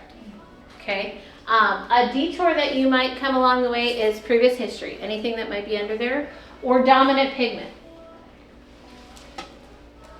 When lightening hair, whether you're using color or lightener, at each level, this is the undertone or dominant pigment exposed along the way. When I say that, what do you think? What do you hear? Does that even make sense? Can you wrap your brain around it? This is where people get lost in color. When you put bleach on the hair, have you seen it go through these stages? Red, red-orange, orange, yellow-orange, yellow. Yes, right? We open it, we go, not done, we close it back up. When we color hair at the roots, for example, if they're a natural level 4 and they're going to a 6, when they get to a 6, what's gonna live there? Red-orange. If I just put a neutral on top of that red-orange goes into my end result. They're going to be brassy. If I don't put something in my bowl to get rid of the red-orange. If they want to be red-orange, I can enhance it. But what if they don't want to be copper? They want to be red-violet. Then I have to get rid of the orange and keep them more in the red-violet family. Does that make sense? So that's part of what goes into your end result. That's why you can't pick and stick. Because if you don't take into consideration what's going to be living in the hair at the level you're going to, you're in trouble. When you go up, you expose it and you have to kind of say, do I want to keep that or get rid of it? And then put the appropriate tone in. When you go down, you have to put it back in. So if you take bleached hair and you just put an ash brown on it, what happens to it? It's muddy. It can turn green. It can turn a bluish tone or just like gray because it's missing all the pigments that you took out. So it's important when you're going darker, write this down, when going darker more than 2 levels, you have to put back what was taken out. If you're just going 2 levels, you can formulate accordingly. If you're going more than 2 levels, you generally have to do a double application. Now I know I've asked this before, Ask but away. does the tonality of the filler determine the end result? Yes. Every time it shines through. Well, when going back about into 2 levels, you have to put back what was taken out. This is also commonly called a color filler.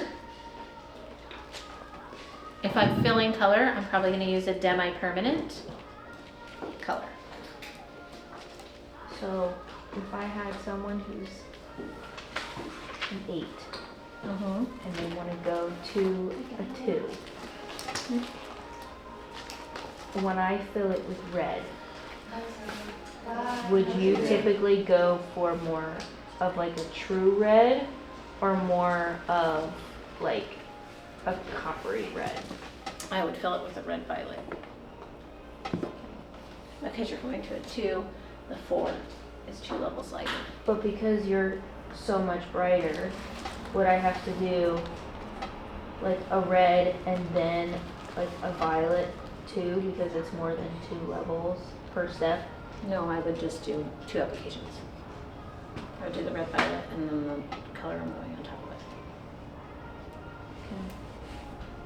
So when you're going more than 2 levels darker, you must fill or put back what was taken out. And your color is going to be roughly 2 levels lighter. I'm going to say that again. Your color that you're filling with or your first application is going to be roughly 2 levels lighter. For example, if you took a level 4 and you put it on top of it, then you put another 4, it's going to look like a 3. So if your end result was a 4 and you were starting somewhere up here, right? The first application is going to be a 6, the second is going to be a 4. The 6 is putting back what was missing, the 4 is the final result, so that you don't get too dark. Does that make sense? Mm-hmm. When you're doing a low light, you don't have this luxury. Because when doing a low light, it's a strand of hair, right, that you put in a foil. You can't like double apply that. How do you pick that out again? So when you're doing a low light, you get a lot of fading because it's missing stuff, right? But you also can get a muddy result. So it's important to put some warmth in. What is a tone that has some warmth that we can put back in, but it wouldn't be necessarily orange or red, because the guest is not going to want a red or an orange low light. 7. A stroke 7. A stroke 3. Those are good places to live when you're doing a low light because it has the warmth that was missing, but you won't always get the depth that you needed because it's a low light. Does that make sense? Mm-hmm. Okay. And I meant to do this over here. In this neutral world, when you're looking at like stroke 0 lives right in the middle of neutral. On the warm side, so your yellows, oranges, and reds is your stroke 7. And on the cool side, in your blues, greens, and violets, is your stroke 1. Does that make sense? So if you look at these, because this just says natural, ash, and warm, right? They can live in that neutral area. One is closer to the warm side, and one is closer to the cool side. But it is a brown in its natural state, if you will, in that bottle. So if you use stroke 1 all by itself on hair that's not gray, it's not going to be gray, it's going to be an ash brown. If you needed something stronger that was cooler, you would go into the blues or the violets. Make sense? Okay. So step 3 is the dominant pigment.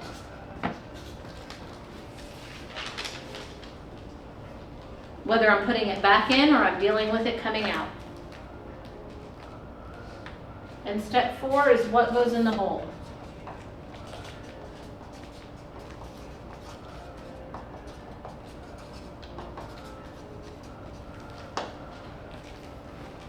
That's as simple as it is. Where am I starting? Where am I going?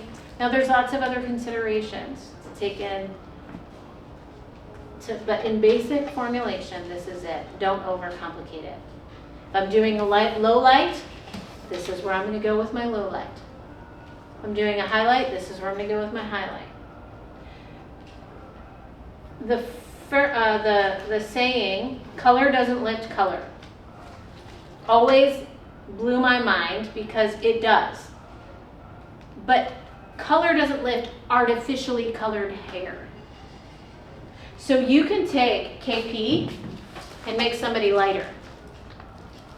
Yes? Okay? You can put highlights with KP. You can put a level 10 on a level 6 and it will be highlighted hair. But is that highlight color that you're referring to, or is that normal? A level 10 is not high lift. 12 is high lift. How many levels of lift can you get with color? Depends on the developer. Correct. What is the max that you think you can get with 40 volume developer? 2 to 3. Is it 4? Up to 4. Fine hair can get 4 full levels of lift. Coarse hair is going to be between 3 and 4. So when you're mixing this, it's 10, 20, 30, 40, right? This is up to 1 level, up to 2 levels, up to 3 levels, and up to 4. The reason it is up to is dependent on the hair you're working on. But you can make this hair, make natural hair lighter with color. Permanent color only. So this doesn't have the capability, this does. Yes? Okay. So, let's just create some scenarios, do them together, and then you're gonna take your pictures that you have and you're gonna reformulate the ones that you originally got based on what you now will know, okay? So,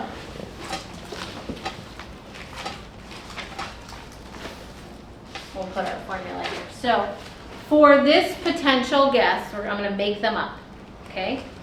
How would I find her level? How do I find level? The level finder. Where do I look for the level? Look. No, on her hair. Where do I find, oh shoot, I did that. The root. What part of the root?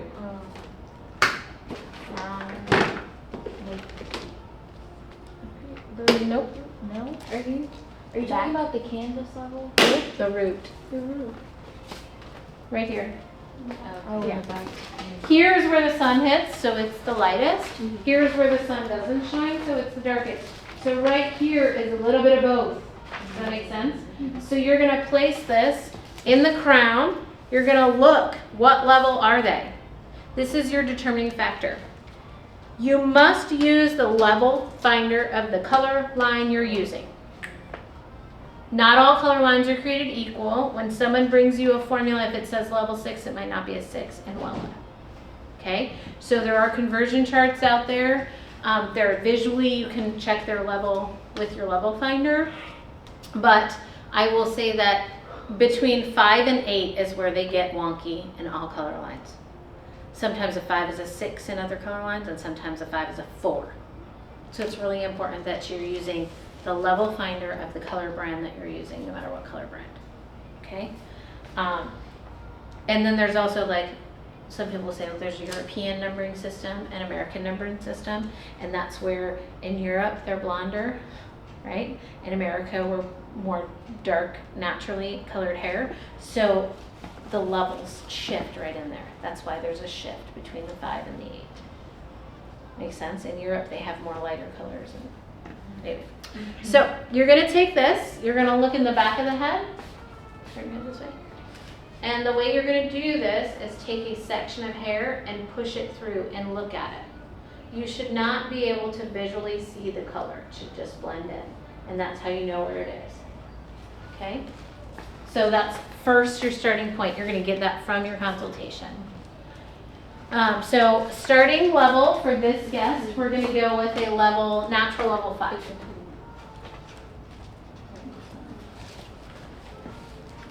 And for this particular guest, she's going to be no gray.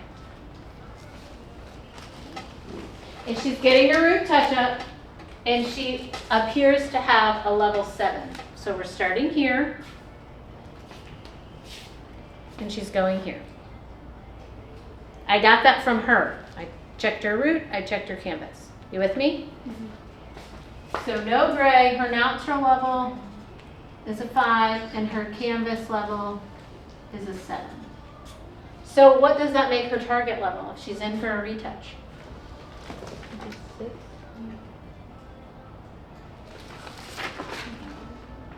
Her natural level is a 5, her canvas level is a 7, and she's in for a root touch-up. What is her target level? 7. We're matching her ends. She's a level 7. She simply does not want anything else today. No refresh, no nothing. Just match my old hair color. Okay? And the tone that she has is neutral. And she said, I don't like brassy hair. What's step 3?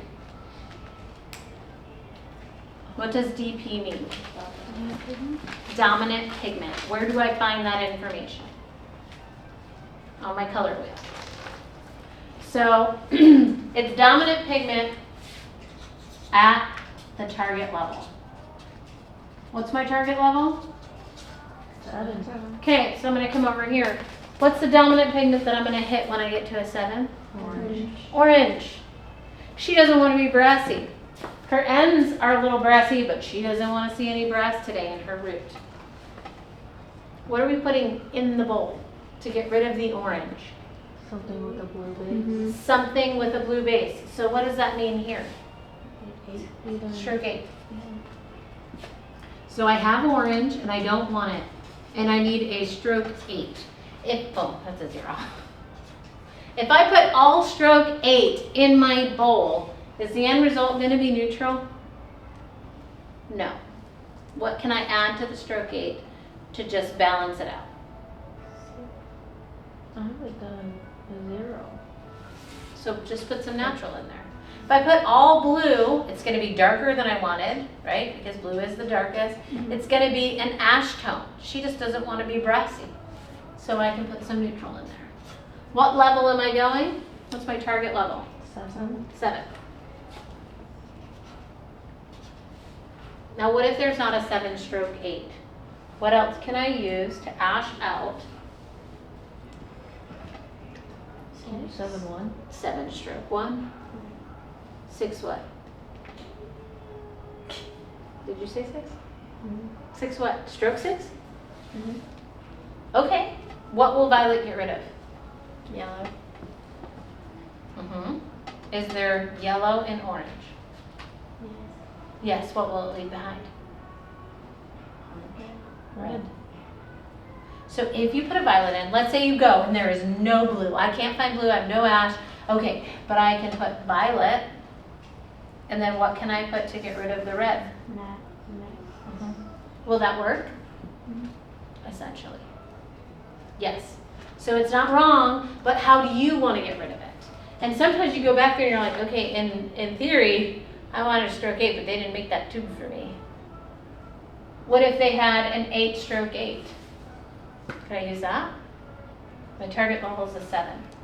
With a 7-0, you could. Right? Or with a 6-0. With a 6-0. Yes. Yes, I could.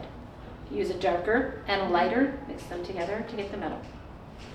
So in theory, let's see what we have. Let's turn that into a real formula. So do you know how these are broken down? These are the pure naturals. These are these are ash. I have a 718. Will a 718 work? Mhm. Ash, blue. Mhm. Does it work? No, Why? because you need neutral, not ash, right? Maybe too ashy. What do we need? A 7/8 Mhm. and a 7/0. Yeah. Can I use a 7/18? No. Why not? Well, because I it's can. ash. I can. I want you to understand why you can. It's an ash blue. What is the purpose of this? Why are we putting this in our formula? What is it getting rid of? Why did we put blue? Orange. Will this get rid of orange? Mhm. Uh-huh. Can I use it? Mhm. Uh-huh. So I could put 718 and 7/0. With what developer am I going to use? 20. Because Why? she's at a 5 and you want to be a 7. So she's going 2 levels, I'm going to use 20. What if she had coarse hair? 30. And what happens when I do that? In theory, for coarse hair, yes, I should use 30. What happens to the dominant pigment when you bump your developer up? Does anybody know? Does it get brighter or duller? You think? Brighter. Brighter. So we're intensifying orange if we choose to put 30 volume on here. If she were going in a red tone, 30 volume would be the way to go all day long. She didn't want red, she didn't like brass, she wanted neutral, so the 20 volume is where we're gonna live. Does that make sense? And then you put it in the bowl. This is the formula for like how to do it every time. Okay, so this guest has a natural level 8. She wants to go darker to a 6, and she has 0% of gray. So natural level, I'm sorry, her canvas level we'll say is an 8. So that's step 1, right? Mhm. Step 2, she wants to be a 6. We determine that through a picture. Okay, she wants to be a 6 and she wants to be a cool end result. She doesn't like warmth, she likes ash. What's step 3? You take dominant pigments. At what? The, And root and the ends. At an 8. Oh no, wait, she wants to be, so it'd be at a 6. Dominant pigment at the target level. Her target is a 6. What's the dominant pigment of a level 6? Red, orange. Red orange. And last, what are we going to put in the bowl? So, red orange, do we want it or we don't want it? You want it because that's the pigment, but you don't want too much because it runs the risk of being brassy. Right? She's a level 8. She lives here. Okay, she's going here. That's what lives under there, naturally. If we put that on that, what happens? Is it going to be a cool end result? No. But we need some warmth because if we just stick a 6, what's going to happen? Muddy. It'll be muddy. So what can we use that has some warmth to it? 7. Okay, so that's a brown, right? A stroke 7. And what's our target level? 6. So we'll aim for a 6 stroke 7. If we put 6 stroke 7 in there just by itself, is it going to be a cool end result? No. What could we cool this out with? A blue is going to be really cool. Blue violet. Could we do a violet? Yes. What else could we live in a more neutral world? Ash. Stroke 1. So we could do a 6 stroke 1. What volume are we going to use? We're depositing and going darker.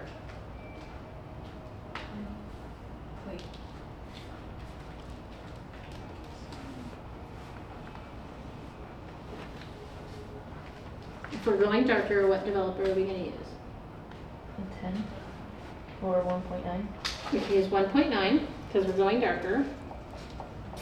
We could also use CT, correct? We could use this formula in CT because we're going darker. How would we apply it?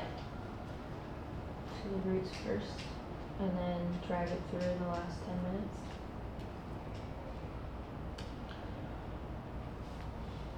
What part's porous in general? The ends. The ends. So you're going to apply it root to mids and put the ends on just for whatever porous ends there are. If she has short hair, you're going to cover the whole thing for the whole time if she doesn't have porous ends. Anything shoulder length and longer has porous ends. Could you do a porosity spray to help balance it out?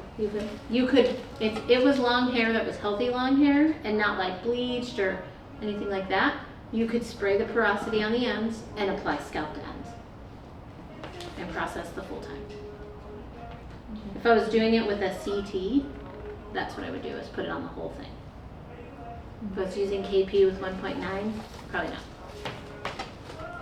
Okay, so let's do a couple with gray so you can get the idea of how to do gray, and then we'll do your swatches, we'll revisit those. Okay. So this guest is a natural level 7.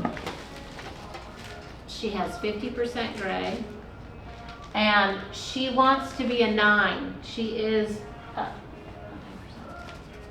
we're touching up her root. She's a level 9. The reason she's a 9, because think about, where's my, she has gray. She's trying to get rid of the look of gray, so she went lighter. Okay? So she's naturally here with gray, and she's going here. So, so her target level is a 9. And her target tone, you pick it, I don't care. Do it again. Do a gold. I haven't done a warm.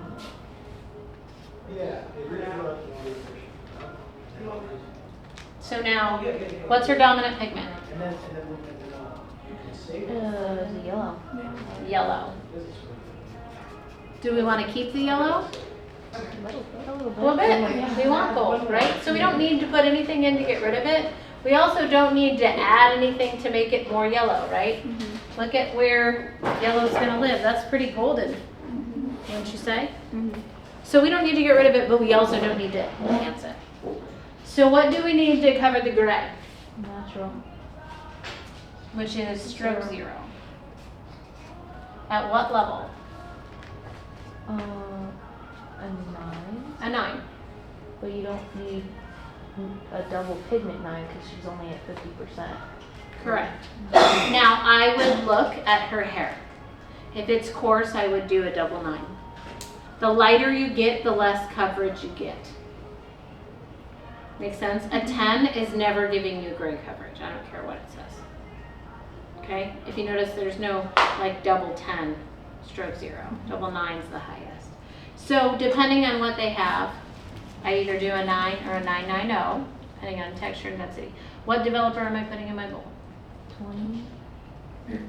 When would I use 30? Would you ever use 30? Possibly. When would I use 30? What would make me change that developer to 30? If she had more Not gray hair. She's 50% gray. So not the amount of gray. How resistant it is? What would make it resistant? The texture. If it were coarse hair, I might not get to that 9. So I'd bump it to the 30. If she had highlights, would you keep that same formula because you're already blending in with foils, or would you adjust it based on? If she had foils, that wouldn't matter if the color in between is the level 9 gold. So that would make no difference at all if she had foils. The only difference might be is if you're using an ash tone and your line of demarcation, you don't want to touch those foils. Because that, like if I was using like a 9 stroke 8 and she didn't want any yellow, or any warmth, and then that 9-stroke 8 touched the white blonde that was bleached, it's gonna turn green. So that's when I would be worried about application, but not necessarily changing the color. You're matching the in-between. Okay, let's do another gray. So she's a natural level 6, 75% gray, and she wants to go to a level 8. Oh, I'm sorry. Yes, her canvas level is an 8. So we'll just stick with a retouch because that's an easy visual, and we do a lot of them. So her target level is an 8. And red orange is her dominant pigment? Yes? At a level 8? No, No, it's yellow. Oh, orange, yes. yellow orange. I was looking at level 6. So that's a common mistake, and you'll counteract the wrong thing. That's why I wrote this right here, dominant pigment at the target level. So yellow orange, and we'll give her a cool end result. So what are we putting in the bowl for the gray? No, what are we doing, putting in the bowl for the gray? Stroke 0. Stroke 0 every time. If you have gray, then you need a stroke 0. So we're either doing 8 stroke 0 or 8 stroke 0. Those are our only options for that gray. If you don't have that in your bowl and you have anything over 50% gray, you are in trouble. Would you lean more towards 880 because she's closer, like she's 75%? Yes. So you need one of these. Now you want a cool end result, and you have yellow orange. What are you going to put in your bowl? Something blue and violet. Blue and violet. What are my options? Stroke 8 and stroke 6. There is an 8, 8, 6. Would that work? So now looking at, okay, how much of this is going to go into my formula compared to this? You have 75% gray. You need more of the natural to cover the gray, where it could be another one of those, like 20 grams to 10 grams. Correct. Correct. You could put 20 of this and 10 of this. With What development? 20 vol, because you're lifting 2 levels. So if you have 30 grams of this, how much 20? 30. Yeah. It wasn't a trick One, question. it's a 101. It wasn't a trick too question. So when you do your retouch models, this is what you have to do. What is here? What is here? Where are we going? What are we going to get when we get there? Every time you formulate, this is what you're thinking about. If you don't consider your dominant pigment, then and you put neutral on everything, all of your, because a lot of people live in the neutral world. We have a lot of gray around here, so they'll just stick 880 on it, 770, 70, 60, and they live in that safety net. However, all of this is where I see where people get unhappy. 6, 7, and 8, red, orange, orange, yellow, orange. This is the majority of your guests. And then they go up into blonde, right, when they're trying to blend away their gray. But the majority of your guests are going to live here. If you put neutral on this, red, orange, orange, and yellow, orange are going to be exposed every time. You're going to have a brassy brown every time. So you can stick neutral on it, and it will cover it, but you're not going to get the end result that you want. It's not customized to the guest. So it's important that the amount of neutral that goes in the bowl is strictly for gray coverage, and then you add something else. Because if you're just putting neutral, that's not colorist status. That's just pick and stick. I know neutral's safe, I'll stick it in my bowl.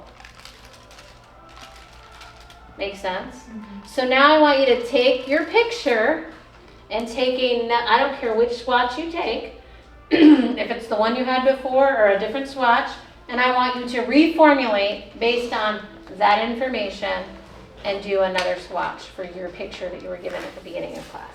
Okay. Make sense? Yes.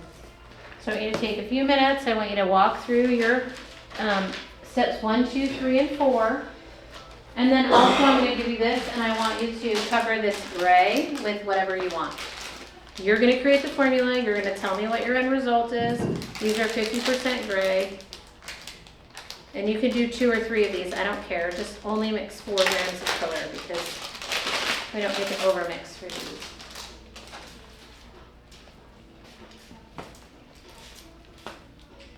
But whatever you do, just track what you did. Make sense? Here, do 2 different ones. And then pick a swatch over there for your first formula.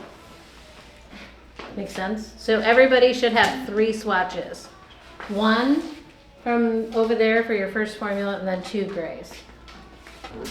What happened with our second formula? I think Better? better, but I could have went a bit darker. Yet. I can got a little lighter. Okay, that's okay. But we got better. We have an understanding. I understand it. Yeah. Okay. What about your gray? Looks pretty blended. Yeah, I actually really like this. This is 4N, and that's with the double pigment. Yeah, the grays just add like a little dimension. These are, looks like really resistant. Yeah, because I'm like, although, wait, because this is the I did- 2.0, and this is the 9.0. I did 8.0 9 with what? with the 9.0. What developer? Oh, 30. I was supposed to do 20, but then I could do 30. No, you should have done 40. So it would be like more. Because it was a, You should have done it 40. went from a 5 to a 5 to a 9, that's 4 levels. You should have done 40. Yeah, it is. Yeah. But it bumped it. Whoops. But it didn't take it to a 9. Yeah. That's all. We You said 7? 8.0 and 8.7. Yeah, it looks like a level 8. But it lifted it. Yeah. But do you see how it exposed warmth? You put 9.0. You see how there's like red in there? You put just 9.0? Yeah, so see how that warmth just gets exposed? And not great gray coverage. This one? Okay, so I did 8.0 and 8.7.1. Okay? So it'll be like more like ashy. Yeah. 8.0 and 8.7.1. Yeah. And then she did just 8.0, and you can really see the difference, I think.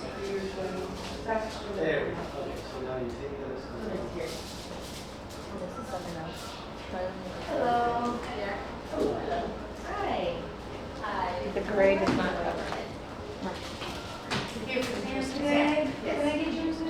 Maybe because it's 50%? Well, it's also because it's 3 swatches. Because like the darker ones cover 100%. All right, how about your first swatch? Let's see your first swatch. Thanks for coming in on Monday. So break out your picture. How did you change your formula and how did you change your... Well, I think my second formula was too much red. So when I blended like this, I think it was Oh, better. the old one and the new one. Okay. Oh, so you went from like not enough to too much is what you're saying. Well, I did 2 grams of 834 when I should probably have only done 1.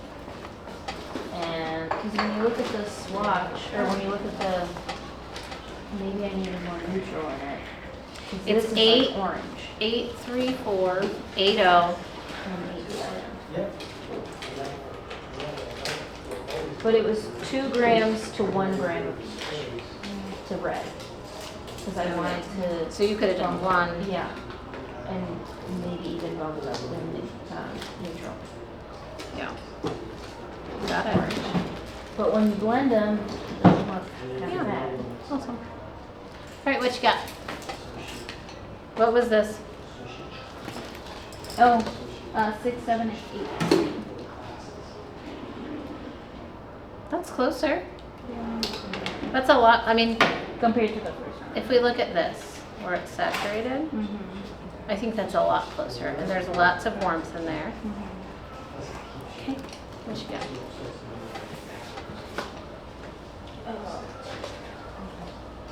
This is the first one. This is the second one. This is the picture. Still not lighten up, huh? No. It's not as like broad. The tone, I think, on this is good. It's not really. It's just too dark.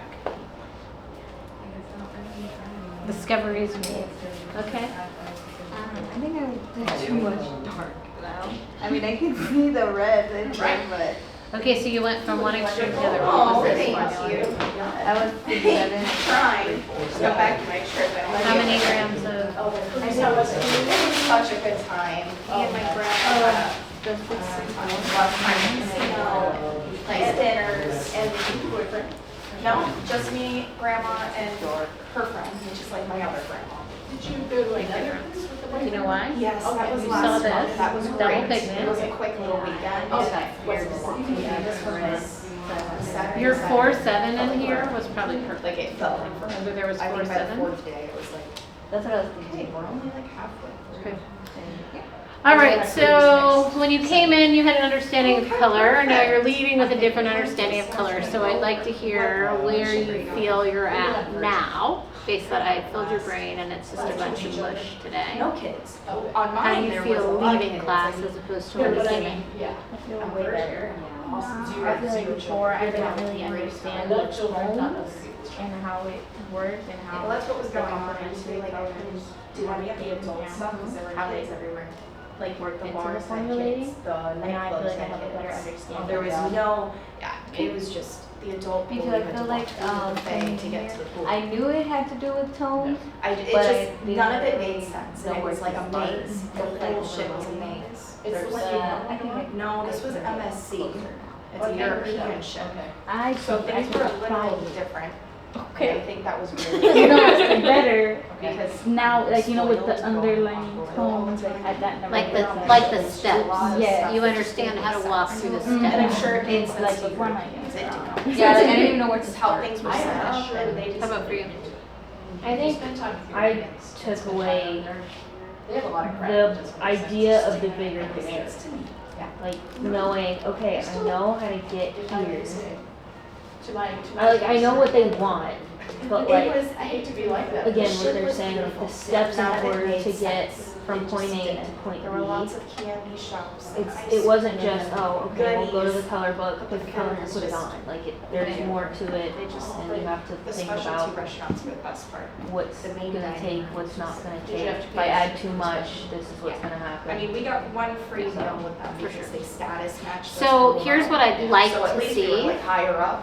is If I'd they like to see you weren't, looking it at formulas would've been worse. that are happening But around you Having the perks that and we know did was what's really in that nice. bowl and what's the end result. Probably wouldn't do it again if I didn't get the perks like I did. And then I want you to think about But it this. was a great If thing. you go through the steps and you have everything but what's in the bowl, you know where you want to be, you know where you're coming from. When you walk to the color bar, you can ask specific questions from someone else to get what goes in your bowl. If you can't get steps 1, 2, and 3, they have to do your They didn't have any consultation for you. hammocks. There was only. If you can get steps 1, 2, and 3 and walk in the back and go, okay, At the now what? main pool where it is like. You can talk that out No with pool. someone I mean, and say, this is where we want to there's be, no this is the beach, picture no we're going for, pools, this is no- what I'm starting with, No pools. here's what I'm No thinking. pools. They Does had that make just, like, sense? little showers. So I really want you to have the ability to practice steps 1, 2, and 3. If you can't figure out exactly what goes in the Limited bowl day quite beds yet, that you pay I extra expect that. for. But you have to have an understanding And of where they am I had starting and where do they limited want to go floats that you could before take you to the can water. start running. Let's look at your calendar. It was not, I know, but you- give you a glass of water this fall. And So next week is what? Retouch models, correct? anything spectacular. So that is going to require a thorough consultation, and you are going to be expected to walk through the steps 1, 2, 3, and 4. That's what I'm looking for out of that. If you have a model that needs foils, I'm okay with that. If you have a model that needs a gloss, I'm okay with that too. But we really need to do a retouch model I next feel like week, even the tone and for the then last couple things times will be was really shifting nice. behind that based on who's covering me while I'm on vacation. I will not be here for the back to school, didn't want to overuse purple and then. so Yeah. you will be here and you will have support, but I will not be here. It really just. I do need everyone to open their phone and reply yes, that you will be there on that feed. Did you do that already? Yes, I did. If you haven't done it, I need you to do it before you I leave. rushed you out. Or the It check looked mark. pretty solid. It doesn't look fringy or anything. So we need a retouch model next week. Perfect. 'cause I'm Yes? going up there. Yeah, that was one of those unfortunate. Actually, not important. I've enjoyed all the years. It's fine. How dare you? No, I think. Okay, so we'll have to It make looks up the great. retouch I mean, model. I would So say that you can something walk more through the if formulation I feel of like it. you needed it, but it's. Because not only is it about the very application and blunt. saturation, it's also about that process of picking. Do you know what I'm saying? Let's have fun with it. So let's figure that out. You gotta have it. Do you want the sherry count as a model or? So that. But she's on Wednesday, that's fine. Yeah. That's only a couple weeks out, so I figured. Nope, they're yours. That's one. I know you said but I was like, A whole shebang.